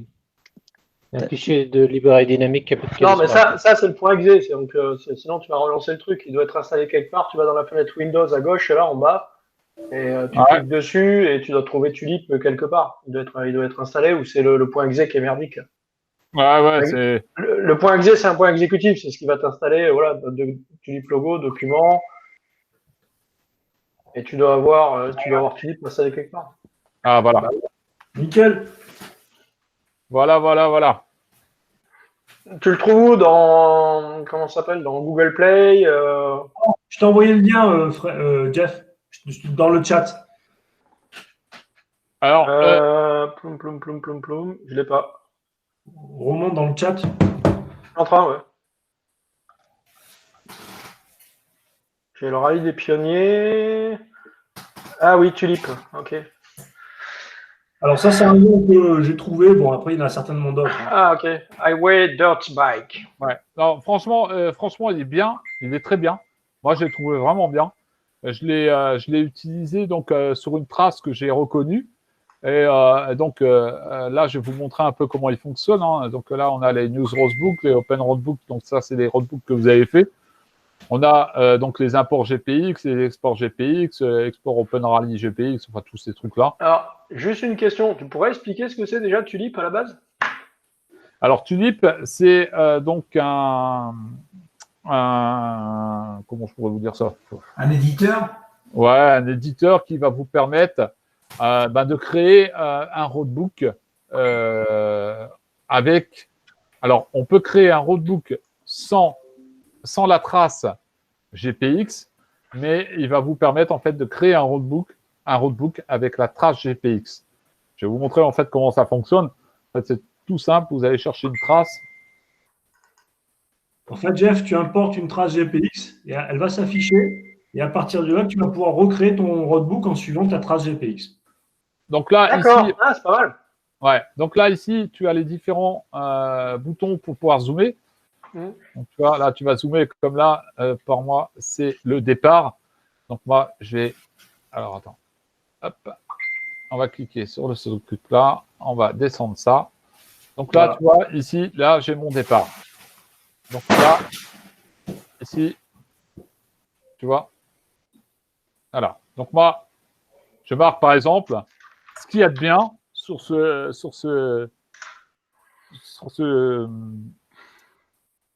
ah merde, sur ce programme, éditeur. Sur ce programme, voilà. Merci de me donner les mots. C'est que tu peux indiquer des choses, tu vois, comme là, je peux marquer départ. Ouf. Donc là, ici, tu peux aller donc chercher différents, tu vois, icônes. Attends, c'est là, je sais plus. Attends. Et par contre, donc Jean-Yves, tu me dis que nous, on va pouvoir intégrer en fait les symboles. C'est ça. Dans ce. D'accord. Ouais, c'est assez incroyable d'ailleurs. Je me suis aperçu tout à l'heure pendant qu'on discutait parce que il est en train de devenir un petit standard ce Tulip. Ouais. Parce que auprès de la société Rabbit, en fait, quand tu utilises Roadbook Designer, là, c'est ce que je regardais au temps réel, il propose l'export directement vers Tulip. Et moi, j'ai fait la même chose que David. J'ai importé une trace. Et je me suis rendu compte que ça prenait toutes les informations en compte, quoi. C'est-à-dire le cap, ça me mettait des partiels, tu peux venir modifier ton sigle si au niveau c'est un peu comme du vectoriel si tu veux. Regarde. Je vais te montrer là. En fait, là, regarde, je pars là-dessus. Donc là, je dois tourner à gauche, tu vois. Donc là, ici, tu vas cliquer sur cette icône-là. Voilà. Là, ici, tu vas rajouter une route. C'est génial. Tu vois. Donc là, en fait, c'est la route qui part par ici. Ok. D'accord? Donc là, tu dois aller à gauche. Donc tu as la route de où tu viens, et toi, tu dois tourner à gauche. Tu vois? Ok. Waouh. Et donc là, tu as les indications, pareil, hein, enfin, le TripMaster Total, tu vois. Et après, l'avantage, c'est que pour passer à l'autre note, tu vois, tu peux modifier, par exemple, celui-là. Tu vas le mettre un peu plus par ici, par exemple. Là, tu vas arriver là. Pouf, il te met automatiquement. Tu tournes à droite. Ouais, c'est Wow. génial. Ouais, top. Ouais. Et tu peux le colorer aussi ou pas? Je crois, Je n'ai pas fait gaffe. il me semble qu'on peut. Non, parce que je vois Et qu'il y a des boutons là en couleur, mais c'est autre chose, c'est OK ou pas OK, j'imagine. Oui, on peut. Il y a des couleurs, hein, sur les- Et après, une fois que tu l'as comme ça, tu peux le printer directement en format roadbook et le foutre dans ton roadbook. Ouais, en PDF. Ouais. T'es dit en D'accord. PDF. D'accord. et David, tes points sur les flèches qu'on voit là, ils sont éditables dans la colonne de droite. C'est-à-dire Là, que ici. si tu cliques sur les petits points, tu peux les modifier. Ouais, je peux faire comme ça. Voilà, je peux c'est faire- ça. Ouais, ça, je sais. Tourner ta Tu peux flèche, faire ça, une, c'est. tu peux Voilà. faire une courbe, tu peux faire. Pour faire coller à la trace, enfin, c'est vraiment. Il est vraiment bien fait. Franchement, moi, je l'ai testé. J'ai fait toute une trace là. Et franchement, il est vraiment top. Et il est Merci gratos. Ben. Merci Ben. Mais il faut investir dans un dérouleur de roadbook là. Ouais, et puis un électrique, de préférence. Un électro. Ouais, j'ai déjà eu un manuel une fois. On me l'a donné gracieusement. Et non. Alors, normalement, je ne sais plus où ils sont les icônes. Je sais que tu as des icônes. Dans les glyphes, quand tu fais un séréglyphe, peut-être Je sais plus, putain, je trouve à plus droite. Après, Jeff, pour revenir, tu sais, voilà. tu as une application qui te permet maintenant de pouvoir lire ces Regarde. PDF. C'est Ces ça. PDF. Regarde. C'est la Regarde. bibliothèque. Ça vous dit pas quelque chose, ça? Eh oui. Si. Voilà. Donc, en fait, on a les espèces d'icônes là où eux, ça va être marqué en anglais. Voilà. Qu'est-ce Donc, que par tu exemple- disais que... Qu'est-ce que tu disais, Ben? Qu'est-ce que tu disais, Ben? Ouais, il y a maintenant des applications qui se développent et qui te permettent, à partir de ton PDF, de pouvoir l'intégrer sur ta tablette ou sur ton smartphone et de l'utiliser comme roadbook. C'est vrai. D'accord. À partir d'un PDF. Ouais. Tu vois, là, ici, tu as différentes. Tu as les maisons, tu vois, tu peux rajouter ça, par exemple, tu vois. Tu peux rajouter plein de choses. Et il est vraiment, vraiment bien fait. À propos de tablette, tu peux est-ce que enlever vous le connaissez... Excuse-moi. Oui, dis-moi. Non, à propos de tablette, est-ce que vous connaissez Crosscall? Ils font des smartphones un peu. Ouais, moi, j'en ai eu 3, donc j'en ai un sous la main. C'est des téléphones, c'est pas des tablettes. Hein. Ouais. Tablette. Ils font une tablette, c'est la T4. Elle est sortie il n'y a pas si longtemps que ça. Voilà. C'est ça, ouais. C'est fiable? C'est fiable? Oui, c'est utilisé par l'armée. D'accord. J'allais le dire. Et mon fils est paysagiste, son téléphone traîne toujours au milieu des outils et il est en parfait état. Ouais, moi c'est pareil. La même chose, j'en suis à mon 3e cross-call et je suis dans les arbres toute la journée. Mouillé, pas mouillé, humide, l'écran il fonctionne toujours, c'est vraiment incassable comme ils le disent. Alors, l'avantage aussi là-dessus, là, c'est que tu peux changer les différentes. Tu vois, les différentes. Par contre, si tu veux un truc. Le type de revêtement, c'est ça? Ouais. Alors, attends. Si je fais. Pourquoi il prend pas là? Ouais. Hop. Par exemple, tu vois, si je veux mettre un. Là, il est où? Hop. Pouf. Voilà. Donc là, on a les différents revêtements. Donc après, quand on enlève le tout. Profitons-en, il est gratuit, hein, ça va peut-être pas durer. Hein.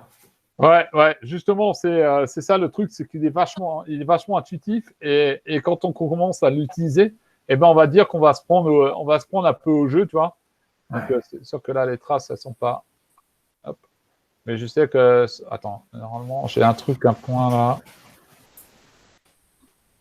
Oups. Déjà. Tu vois là.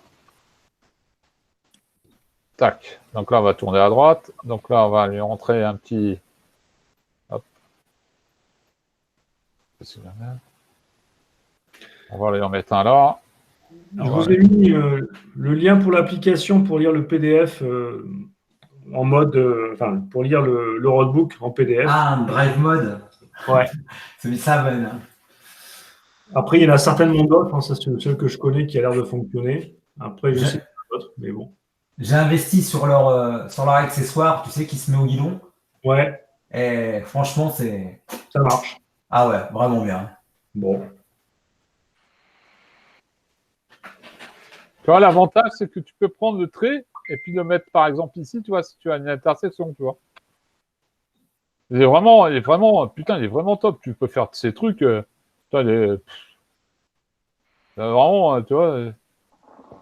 Tu es toujours enregistré. Hein. Tu peux toujours faire les choses. Tu peux tout modifier, quoi. Tu peux tout modifier.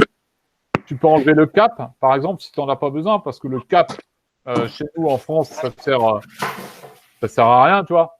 Bon, après, il y en a qui... Mais il t'indique, pardon, des partiels en tenant compte de ta trace.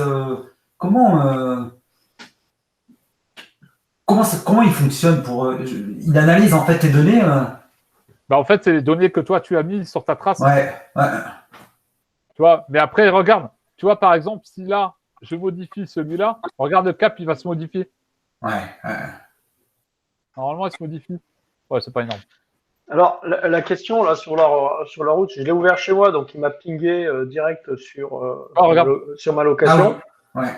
Est-ce qu'on peut l'utiliser sur un autre type de map pour être sûr que tous les chemins qu'on peut emprunter, etc., sont autorisés à la circulation et compagnie? Je pense que c'est pas que pour OpenStreetMap, là. Pardon? Je suis pas sûr que tu puisses... ce que tu veux dire, Jeff, c'est que c'est la qualité de la carte derrière, c'est ça? Le truc, c'est que sur certaines cartes, comme Google, tu peux pas trop savoir si le chemin est autorisé au véhicule motorisé ou pas. Et donc, est-ce que sur ce type de map, tu peux faire ça pour éviter de choisir un chemin qui n'est pas motorisé, te faire attraper par les bleus et te faire fumer? Ouais, ça... En résumé, quoi. Alors là, il rigole de moins en moins. Hein. Si tu veux tu vas être obligé d'avoir deux écrans de toute manière. Tu ne pourras pas travailler qu'avec un seul écran. Tu vas être obligé d'avoir un deuxième écran où là tu vas avoir une carto, soit une carto en ligne, c'est MyGPS View, où là tu as beaucoup plus de détails et avec justement des endroits où les barrières sont MyGPS 5 par exemple, où là tu as justement les symboliques des barrières qui sont affichées. Mais je ne serais pas surpris qu'il évolue vers une version payante avec la possibilité de travailler sur des fonds de carte différents. Voilà. Ouais. Tulip, c'est une base open source. Ouais. Qui a été développée open source à la base. À la base, d'accord. Ça m'étonnerait que ça devienne payant. Ça peut devenir un système payant, mais ça m'étonnerait pour moi. C'est super, c'est super.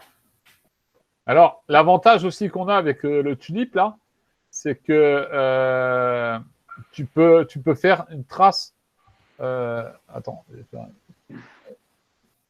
Open, par exemple. Non. Pas celui-là.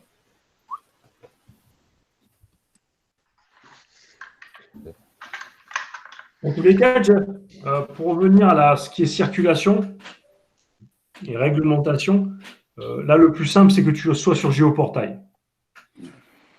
C'est-à-dire que tu es d'un côté, effectivement, ton logiciel Tulip ou Basecamp ou un autre, n'importe lequel, hein, que tu fasses un roadbook ou une trace GPX, c'est une chose, mais à côté, il faut toujours que tu aies un logiciel qui soit, on va dire, réglementaire, sur lequel, avec Géoportail, tu auras les parcelles cadastrales. Si elles sont bien définies, si le chemin emprunte d'une parcelle cadastrale, tu peux te dire j'ai plus de chances que ça soit ouvert à la circulation. Et surtout si c'est un chemin carrossable. Après, des fois, Street View te permet de voir que tu as un panneau ou pas à l'intersection d'une route reconnue par Street View. Mais quoi qu'il en soit, oui, en général, tu auras toujours du déchet dans ce que tu vas faire comme reconnaissance quand tu vas faire un parcours. Tu ne peux pas jamais être à 100% sûr que le parcours que tu vas faire, il va correspondre. Donc, c'est là où est un peu plus la limite du roadbook, c'est que une fois que tu sors ton roadbook parce que le parcours que tu as fait, il n'est pas, il n'est plus légal, c'est là où tu vas peut-être plus intéresser à basculer sur une trace GPX. Voilà, c'est là où un petit peu la limite du roadbook. C'est bien le roadbook quand la trace a été complètement reconnue en amont par une organisation.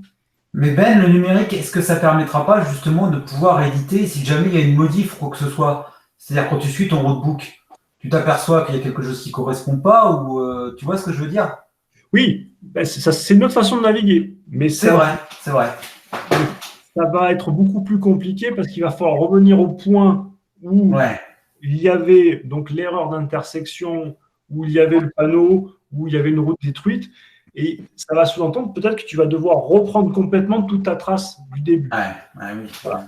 Donc, le roadbook, c'est un outil formidable pour faire de la compétition, je pense. Parce que si j'utilise ça, c'est une bonne raison. Si je n'utilise pas les traces GPX, c'est pas. Mais après, pour nous, ce qu'on fait pour le TET, c'est trop compliqué. Déjà, de mettre à jour des traces fiables, c'est compliqué. Donc, si en plus on se rajoute la contrainte du roadbook, ça va être encore plus compliqué. Mais ça peut être une idée aussi pour quelqu'un qui veut se faire le TET ou autre chose au roadbook. Bah, ça peut être sympa aussi, mais je lui conseille quand même à côté d'avoir la trace, un GPS. Sur le TET en France, tu reçois des corrections tous les combien? Ça va dépendre des périodes. Ça dépend de nos disponibilités. Voilà, mais suivant les mecs qui l'empruntent et qui te signalent des trucs qu'on change. Excuse-moi, Claude, on va peut-être laisser finir David et après, si vous voulez qu'on revienne sur ça, si ça ne vous dérange pas. Parce que David a peut-être envie de finir sa présentation. Ouais, bon, faut surtout que ça n'a pas été. Bon, après, c'était la première, donc. non, franchement, David, très bien. Ouais. David, si tu pouvais revenir un petit peu sur la gauche, parce qu'il y avait un joli terrain de cross. Ouais, c'est le terrain à côté de chez moi. Non, mais c'est vrai en plus. Il est même pas. Moi, j'allais en bécane de cross, j'allais directement en bécane de cross sur le terrain. Mais qu'est-ce que c'est sympa. Et toi, David, qu'est-ce que tu en penses par rapport à un logiciel qui est plus professionnel d'édition de roadbook? Tu penses que franchement, il est top. Hein. Moi, je le trouve vraiment bien. Je trouve parce que moi, j'ai le Road Tracer Pro qui, lui, en fait, moi, j'ai balancé ma trace et lui, il va me le sortir direct en roadbook. Tu vois? Donc là, c'est pro, quoi. Bon, ouais. Bah, tu peux. Là, l'avantage, c'est que, en fait, tu prends ton pied à faire ton propre roadbook. C'est là que tu vas comprendre des choses. Je pense que c'est bien pour les gens qui débutent. Parce que là, ils vont comprendre plein de choses. Pourquoi ils mettent autant de... Comme là, tu vois, l'intersection que j'ai faite, pourquoi j'ai mis autant de choses, tu vois, parce que, tu vois, ici, regarde, tu as le chemin qui va là, tu as la route qui va là, et puis tu dois aller par là-bas. Et tu as encore un chemin qui est devant. Donc là, il n'est pas loin de te sortir le roadbook directement, hein, parce que quand tu regardes bien, il analyse à une vitesse assez incroyable quand même. Hein. Ouais, mais tu es obligé quand même de cliquer sur les points. C'est ça. C'est comme là, tu vois, par exemple, là, je vais partir sur l'autoroute. Hop, je vais cliquer là-dessus. Par contre, je vais prendre mon point là. Là, plutôt là, on va dire. Tu vois? Une case d'avance. Non, mais celui-là, je vais le retirer, tu vois. Et là, je vais venir là-dessus, tu vois. Donc là, il va me dire, attends, à 1,64 km, il faut prendre à droite. Et puis là, tu vas mettre des informations comme autoroute ou... Mais tu es obligé de les mettre, les infos, toi, sur le tien, quand tu utilises Road Tracer Pro. T'en mets pas forcément, c'est ça. Il va pas les mettre. Lui, il va me faire un roadbook point barre. Ouais, tout à fait. Après, moi, mon roadbook, je vais pouvoir le modifier. Tu vas faire des annotations, quoi. Ouais, voilà. Donc, il faut que moi, je sorte le roadbook. Et après, à ce moment-là, du moment que j'ai sorti mon roadbook, il faut que je le mette dans le lecteur roadbook et je pars rouler avec ce roadbook et faire des modifications en roulant. Tu t'arrêtes, tu modifies, tu dis, autoroute, ou alors tu vas prendre une croix, attention, prendre à droite à la croix, ou tu vas prendre des informations que lui ne te donnera pas, tu vois. Ok. Moi, j'ai une question. En partant du principe où on imprime un roadbook, finalement, ça doit être un long ruban. On imprime ça où? Parce qu'en PDF, on peut pas. Alors, le problème qu'il y a, on a beaucoup. Bon, à part les grosses organisations qui, eux, peuvent le faire sur des imprimantes spécifiques pour le faire sur des rouleaux qui sont tout prêts. Ils vendent des rouleaux tout prêts. À la taille. Ouais. Par contre, toi, en tant qu'amateur, tu vas le sortir sur un tas de feuilles que tu vas devoir découper et après coller au scotch. Et tu peux configurer justement tes cases haut en bas ou bas en haut ou pas dessus, sur celui-là. C'est-à-dire? Ton dérouleur, tu peux le faire marcher dans un sens ou dans l'autre, ton dérouleur manuel. Ouais. Donc, est-ce que tu peux configurer la présentation de ton PDF avec la case 1 en bas ou avec la case 1 en haut? Tu as parlé de Road Tracer Pro, tu l'as sur Road Tracer, ça, tu peux configurer. Tu peux inverser la. Oui, tu peux inverser ça. Mais après, sens de lecture. Ouais. Par contre, je ne sais pas si sur celui-là, il le fait. Et alors, Export Open Rally GPX.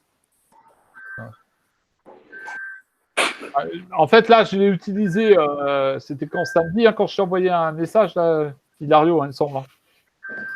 Tout à fait. Ouais. Je l'ai utilisé que samedi. Par contre, Fermez les micros. Ouais.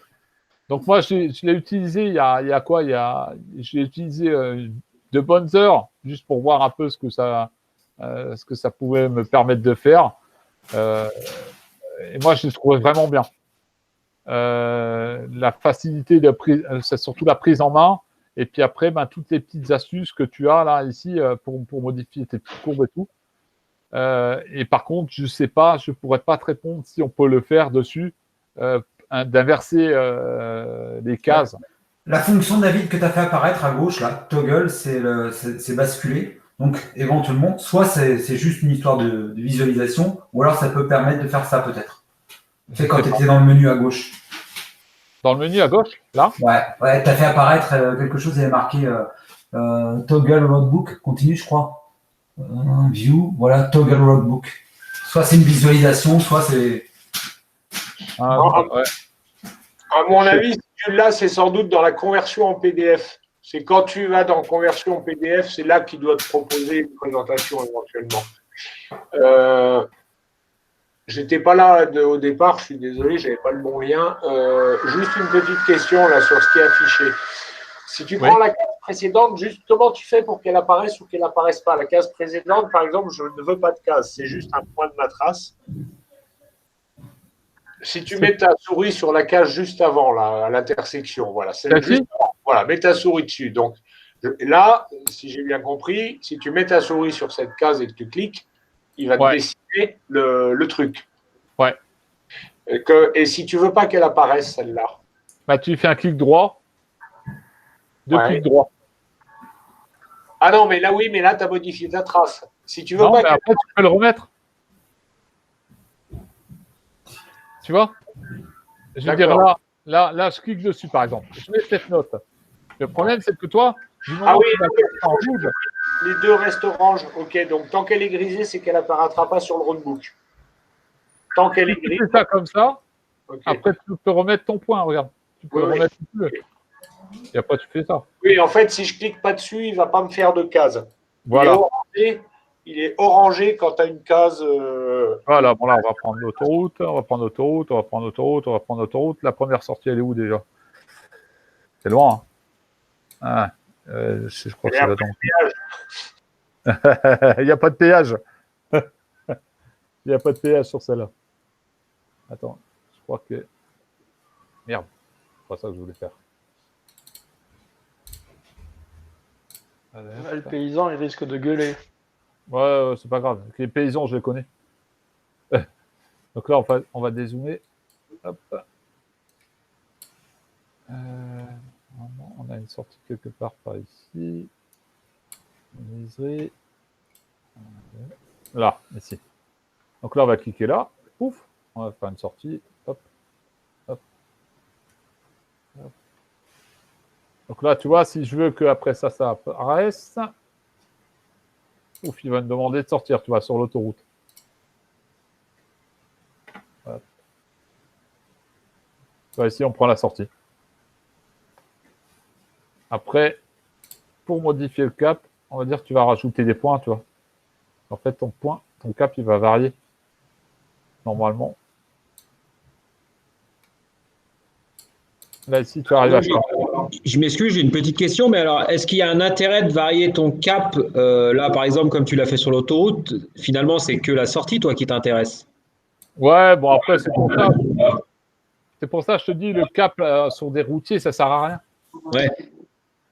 Non, mais il a rajouté des points, ça permet de suivre la route. S'il y avait eu un grand virage, ça aurait été tout droit aussi. Donc, ça fausse le kilométrage, par exemple. Voilà, ouais. En fait, ça va te fausser. Tu vois, regarde, là, tu traverses. Ok. Là, je comprends. Là, en fait, si je rajoute un point là, tu vois, et ça va me permettre, en fait, d'avoir vraiment le kilométrage vraiment précis. Enfin, précis, façon de parler, parce qu'on ne sera pas précis comme une vraie reco, mais on aura déjà un kilométrage qui sera déjà pas mal comparé au réel, tu vois. Okay. Par contre, ça ne va pas te mettre, c'est ce qu'on disait avant, ça ne va pas te mettre de case vierge tant qu'elle n'est pas orangée. Voilà. Ok. Tu vois, en fait, là, je ne sais plus si on peut les voir, les cases, il me semble. Voilà. Si je fais celle-là en plus. Ouais, tu vois, on commence à les voir. Tac. Alors, j'ai une autre question, David, sur ce logiciel. Est-ce que tu peux superposer deux traces, c'est-à-dire enfin afficher simultanément deux traces sur la même vue? J'ai pas essayé. Je vais essayer de voir. Import. Hop. Bon, oui. Ah, là, ça part en couille. Non, il te dit juste d'attendre, là. Il te demande de patienter. C'est juste un sablier d'attente. Il travaille pour toi. Ah. Non, franchement, il est vraiment bien fait. Moi, je le conseille fortement aux gens qui veulent s'amuser à faire des roadbooks et puis à s'amuser à faire des petits tracés comme ça en roadbook. C'est plutôt sympathique des fois. Et puis, ça permet aussi de faire...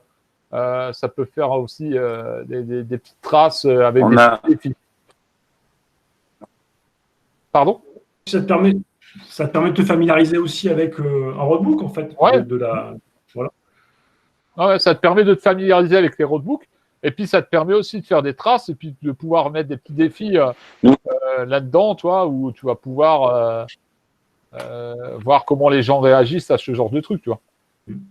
Donc, j'en profite, David, là, ton truc, il travaille avec Claude, donc il m'avait posé une question. Donc, je ne sais pas si tu peux reprendre ta question. Non, c'était juste pour moi, comme tu disais, que d'utiliser une trace de roadbook, c'était difficile parce que les chemins, ça change beaucoup. Je voulais savoir si tu avais souvent des gens qui te signalaient des modifications à faire sur les traces du TET. Parce que ça veut dire que si tu vas suivre un tracé, bah, tu risques de faire des marches arrière si entre-temps ça a bougé. Ouais, en fait, la plupart du temps, les modifications que je dois apporter ou que les autres linesmen doivent apporter, c'est par rapport à la réglementation. Voilà, donc comme c'est une réglementation qui bouge, puis aussi peut-être aussi par rapport au travail qu'on a fait, des fois on ne les a pas vus, les panneaux. Donc sur 6000 km, forcément, il y a toujours du déchet.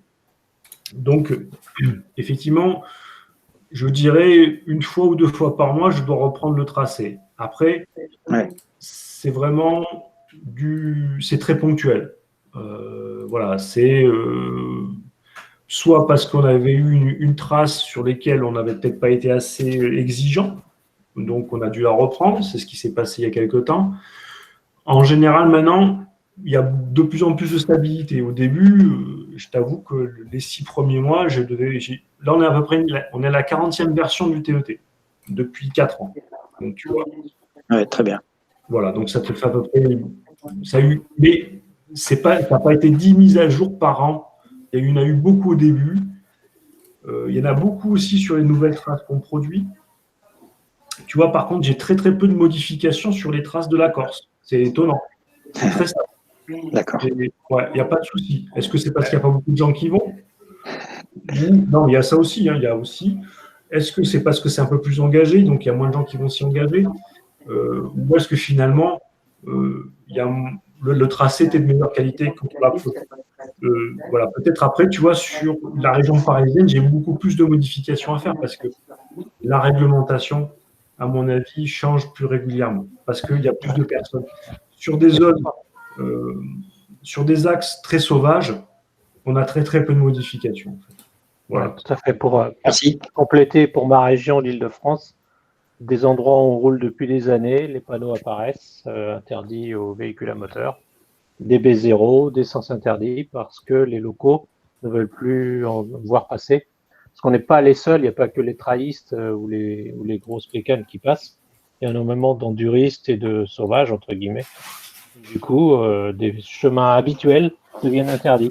On est obligé de les modifier. Le TET a européanisé tout ça et pas mal de mecs viennent aussi de l'étranger traverser la France à travers ces chemins et ça a augmenté, bon ou mauvais rouleur, je ne sais pas, le trafic aussi, donc les mecs râlent. Hein. Ouais, alors en fait, Jeff, là-dessus, je vais te répondre. Les traces, tu sais, qu'on met en avant, ce sont des traces déjà qui étaient empruntées bien depuis longtemps. Tu as la trace de la section 4, par exemple, qui part d'Avignon ou même de Manosque et qui va jusqu'à Blieu-Barème. C'est une trace, mais qui existe depuis des années, qui était connue et qui était même connue, je veux dire, en Europe. C'est surtout, à mon avis, le comportement. Donc, c'est pour ça que c'est surtout le comportement des gens qui font que la trace, elle va se fermer, elle va perdurer ou pas. Si les mecs, ils passent avec des boucles de 15 à toute berzingue, bon, forcément, ça va créer plus de tension. Donc, d'où l'intérêt, c'est que nous, on essaie plutôt d'apporter de plus en plus de traces. Donc, on est parti au départ de 3000 km et on est maintenant à 6000 km. Ça fait 4 ans. Finalement, je n'ai pas plus de modifications à faire qu'au début. Donc, ça veut dire qu'il y a une stabilisation de la trace, une pérennisation du parcours. Et des fois, tu as des mecs, ils sont partis de Perpignan, ils sont arrivés jusqu'à Calais, ils ont rencontré 2 personnes. Donc, tout à fait. Pour être sur un parcours du TET où j'habite et sortir assez souvent en moto, depuis que le TET existe et que je m'y intéresse, entre guillemets, j'ai rencontré un mec qui venait d'Allemagne. C'est incroyable. Tu vois, on a cette vision-là parce qu'on est aussi dans un on a un microcosme là-dedans. Il ne faut pas croire que on va avoir 15 ou 20 000 personnes qui vont faire le TET en une année. C'est pas vrai. Nous, on le voit de notre point de vue de la lorgnette, on n'est pas beaucoup à faire ce qu'on fait en fait. Même en Europe, tu as beaucoup de gens qui sont sur les réseaux sociaux, mais tu n'as peut-être pas beaucoup qui sont vraiment derrière le guidon avec une machine pour aller voyager. Heureusement. Voilà, heureusement. Mais après, c'est pour ça qu'il est intéressant de faire des grands axes de circulation sur des grandes distances pour éviter de faire des boucles et que les mecs ils tournent en rond. Donc ça, c'est un truc qu'on essaie de faire en sorte qu'on ne fasse pas de portions assez courtes. C'est une façon de se prémunir d'une fréquentation accrue en fait. Exactement. C'est ce que j'allais te poser la question de savoir comment le TET pouvait se prémunir de ça. Mais en fait, voilà une des réponses, quoi. Bah, c'est un des axes. Après, est-ce que c'est le bon? Je ne sais pas. Peut-être qu'effectivement. Mais comme je le disais, des fois, tu regardes toute la source d'information qui est disponible sur Internet, tu te rends compte que finalement, le TET, c'est qu'une infime partie de ce que le réseau Internet peut proposer comme information pour circuler avec des traces GPS. Tu prends Wikiloc. Wikiloc, ça fait à peu près 15 ans que ça existe. Est-ce que Wikiloc, et en plus Wikiloc, il n'y a pas du tout par rapport de notion de réglementation, ouvert, pas ouvert. C'est des mecs qui balancent leurs traces. Bon. Après, effectivement, je rejoins là-dessus ce que tu dis. Hein, c'est pour ça que nous, on essaie de faire en sorte qu'on ne fasse pas des parcours où on met en place la difficulté. Ça, la difficulté, ce n'est pas notre problème. Parce qu'au moins, ça permet de se prévenir d'une trop grande, on va dire, circulation. Et si on met les portions, c'est facile, des endroits où c'est difficile, les mecs ils vont se concentrer sur les endroits faciles au détriment des endroits difficiles. Donc, du coup, ne pas mettre à disposition trop d'informations. Exactement. C'est ça. Tout à fait. Voilà, après, Jeff, tu as raison, hein, mais il faut qu'on puisse le voir d'un côté où on n'est pas si nombreux que ça à faire ça. Voilà. Je ne sais pas si j'ai répondu à ta question, Jeff, mais… Bon, par contre, moi, j'ai trouvé une petite information là sur Tulip qui sera pas mal pour les gens qui veulent se lancer dans les roadbooks. C'est que, regarde, quand tu fais ton tracé, tu peux jusqu'à trouver des chambres d'hôtes ou des choses comme ça. Wow. Et quand tu cliques dessus, il te donne des informations. Il te donne des informations. C'est pas mal, ça. Putain, c'est impressionnant. Là, je suis sur le cul. C'est assez puissant, hein. Ah ouais, tu vois, regarde, là, tu as juste là le truc, tu as juste à cliquer dessus sur Google Maps. Et puis, il te donne des informations. Si tu dois réserver une chambre ou autre sur le tracé, ben, tu peux le faire. Ouais, pas mal. Tu vois, tu as un peu tout, quoi. Nous, ça nous a servi. Enfin, moi, j'ai appris Tulip beaucoup en faisant les tracés du Darou, en reprenant pour cette année qui a été annulée. Mais on a utilisé Tulip et effectivement, faire en tout cas son tracé sur Tulip permet d'apprendre les roadbooks. Ouais. Ça permet, je conseille. Mais il est vachement super facile. Ouais, il est vachement intuitif, le bordel, parce que tu t'y fais vite, et en plus de ça, il te donne des informations que moi, par exemple, je n'ai pas sur Road Tracer Pro. Lui, il me mettra pas non, mais il me mettra pas la chambre d'hôte, tu vois. Je veux dire, ça, je l'aurais pas, cette information. Surtout celle d'Ursula. Hein. Ouais. C'est pas loin de chez moi, en plus. Et après, David, donc moi j'avais une question. Du coup, comment tu fais pour exporter, donc une fois que tu as fait ton petit roadbook, pour l'exporter en GPX alors? Tu vas là-dedans, tu vas sur ta droite là, et tu fais exporter GPX. Et ça te l'exporte toi? Parce que moi ça me met un message d'erreur en fait. Attends, je vais essayer exporter GPX. Ah bah moi aussi. Tiens, merde. Alors moi je suis nul en anglais, donc j'ai pas eu le temps de faire la traduction, mais... Alors, je vais vous le traduire. Vous devez sauvegarder votre roadbook avant de pouvoir l'exporter en trace GPX. Il faut d'abord l'enregistrer. Pardon, je n'ai pas compris. Et vous devez d'abord sauvegarder votre roadbook avant de pouvoir l'exporter en trace GPX. Donc il faut que tu sauvegarder là et après tu peux l'exporter. Tu as vu le premier mot de la phrase sur le message d'erreur? Ça c'est un bug. C'est ton profil ou un truc comme ça, c'est rien. Un bug. Je vous rappelle qu'on est enregistré. Ouais, j'ai le même problème que toi, David. J'ai enregistré, mais ça me remet le message d'erreur après, quoi. Non, bah moi ça me le met pas. Alors attends. Je vais faire save. Où est-ce qu'il m'a foutu? Ah mais il est déjà enregistré, là. Ouais, mais maintenant que tu essayes de l'exporter. Oui, mais à mon avis, ce qu'il faut faire, c'est ouvrir le roadbook que tu as sauvegardé, à mon avis, et après tu peux l'exporter en GPX. Ok, d'accord. Je pense, essaye, mais. Ok, je vais essayer. Normalement, le fichier de sauvegarde doit être dans le même répertoire pour que Tulip puisse le trouver, en fait. C'est ça, en fait. Il y a des dossiers spécifiques à Tulip, en fait. Il crée son répertoire de base quand tu l'installes? Ça, je ne sais pas, je suis sous Mac, moi. Mais... moi aussi. Ouais, je suis en train de regarder, là. Normalement, il faut lui déclarer un dossier. Ou alors, il faut peut-être l'envoyer sur un dossier, peut-être... Est-ce qu'il ne faut pas rouvrir Tulip de base et faire importer, du coup, et là, il va nous le trouver?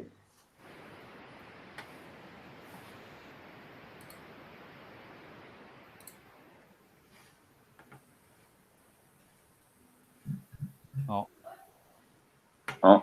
En tout cas, juste un petit conseil, si vous avez les deux, sous Mac, c'est une chienlit, hein, il tourne très très mal, il n'est pas optimisé sous Mac. Donc si vous avez des PC, installez-le sous PC. Il tournera vachement mieux. Ok, merci. Votre GPX a été exporté. Tu peux essayer de me faire un export PDF, là, s'il te plaît, David? Ouais, je suis en train de regarder.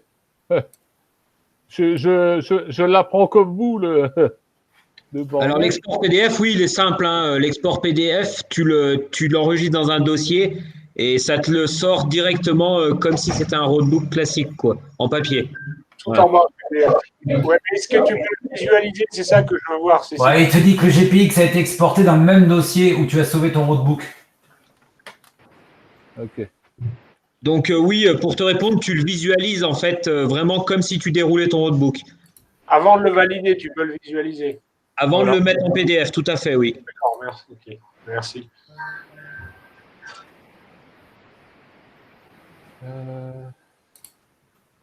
Putain, je... Export PDF. Ah bah voilà. Voilà. Export PDF. Alors, regarde en haut à gauche, là, Letter. Qu'est-ce qu'il y a dans le menu déroulant?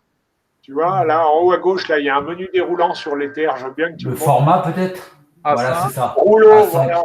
OK. 5 ou en roll, voilà. Voilà. D'accord. Lettre, ça doit être clac-clac, enfin en Z, sans doute, la disposition. OK. Ouais. Tu as A5, Letter, et puis... Letter, c'est le format américain équivalent à notre A4. A4, voilà. D'accord. Donc, tu as A5 ou rouleau. OK. David, fais Save PDF, il va te montrer où est-ce que tu vas pouvoir l'enregistrer. Et là, tu vas peut-être aussi avoir les exports en GPX. Exporté dans le même dossier où vous avez sauvé votre notebook. Voilà. Bon, dans ce cas-là, il faut faire que tu ailles voir où tu as installé ton logiciel Tulip.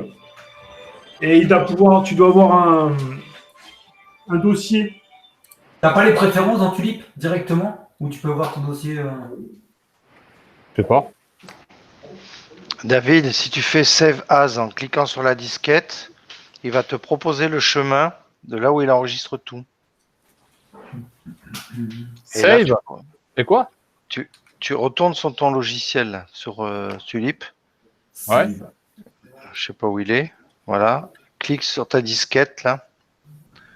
Il va te proposer Save As, non? Clique, toi, Shift, click to Save As. Majuscule, clique. Alors, il va te proposer... Non, ouais. Pour lui déclarer un dossier, en fait. En fait, il va te demander où est-ce que tu veux le mettre. Et généralement, quand il fait ça, c'est une fonction Windows qui est derrière. Quand il fait ça, normalement, il doit te proposer le chemin là où il enregistre lui. Donc, du coup, tu devrais pouvoir retrouver le chemin où est-ce qu'il l'a enregistré.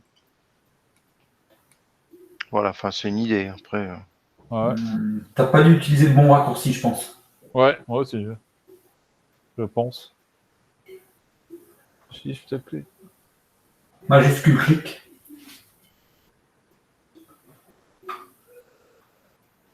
Ouais, mais prends pas. Pourquoi me prend pas ce coup? Et le shift, c'est pas son symbole qui est juste à côté, c'est pas son shift à lui, parce que c'est un symbole shift qui est entre le menu et ton sauvegarde. C'est quoi ça? La petite flèche vers le haut qui est au milieu, elle sert à quoi, David? C'est pour replier le menu du roadbook. Ouais. Voilà, tu replies et tu le... Là, par contre, j'aimerais bien savoir. Sinon, tu l'avais appelé Untitled. Tu lui avais pas donné de nom, il s'appelle Untitled. Tu peux le rechercher dans ta barre. Mais dans le menu à gauche, tu n'as pas les préférences, dans View, etc. Il ne te parle pas de dossier. Excusez-moi, je vais vous quitter, donc je voudrais vous remercier pour ces présentations. Et à bientôt sur les pistes.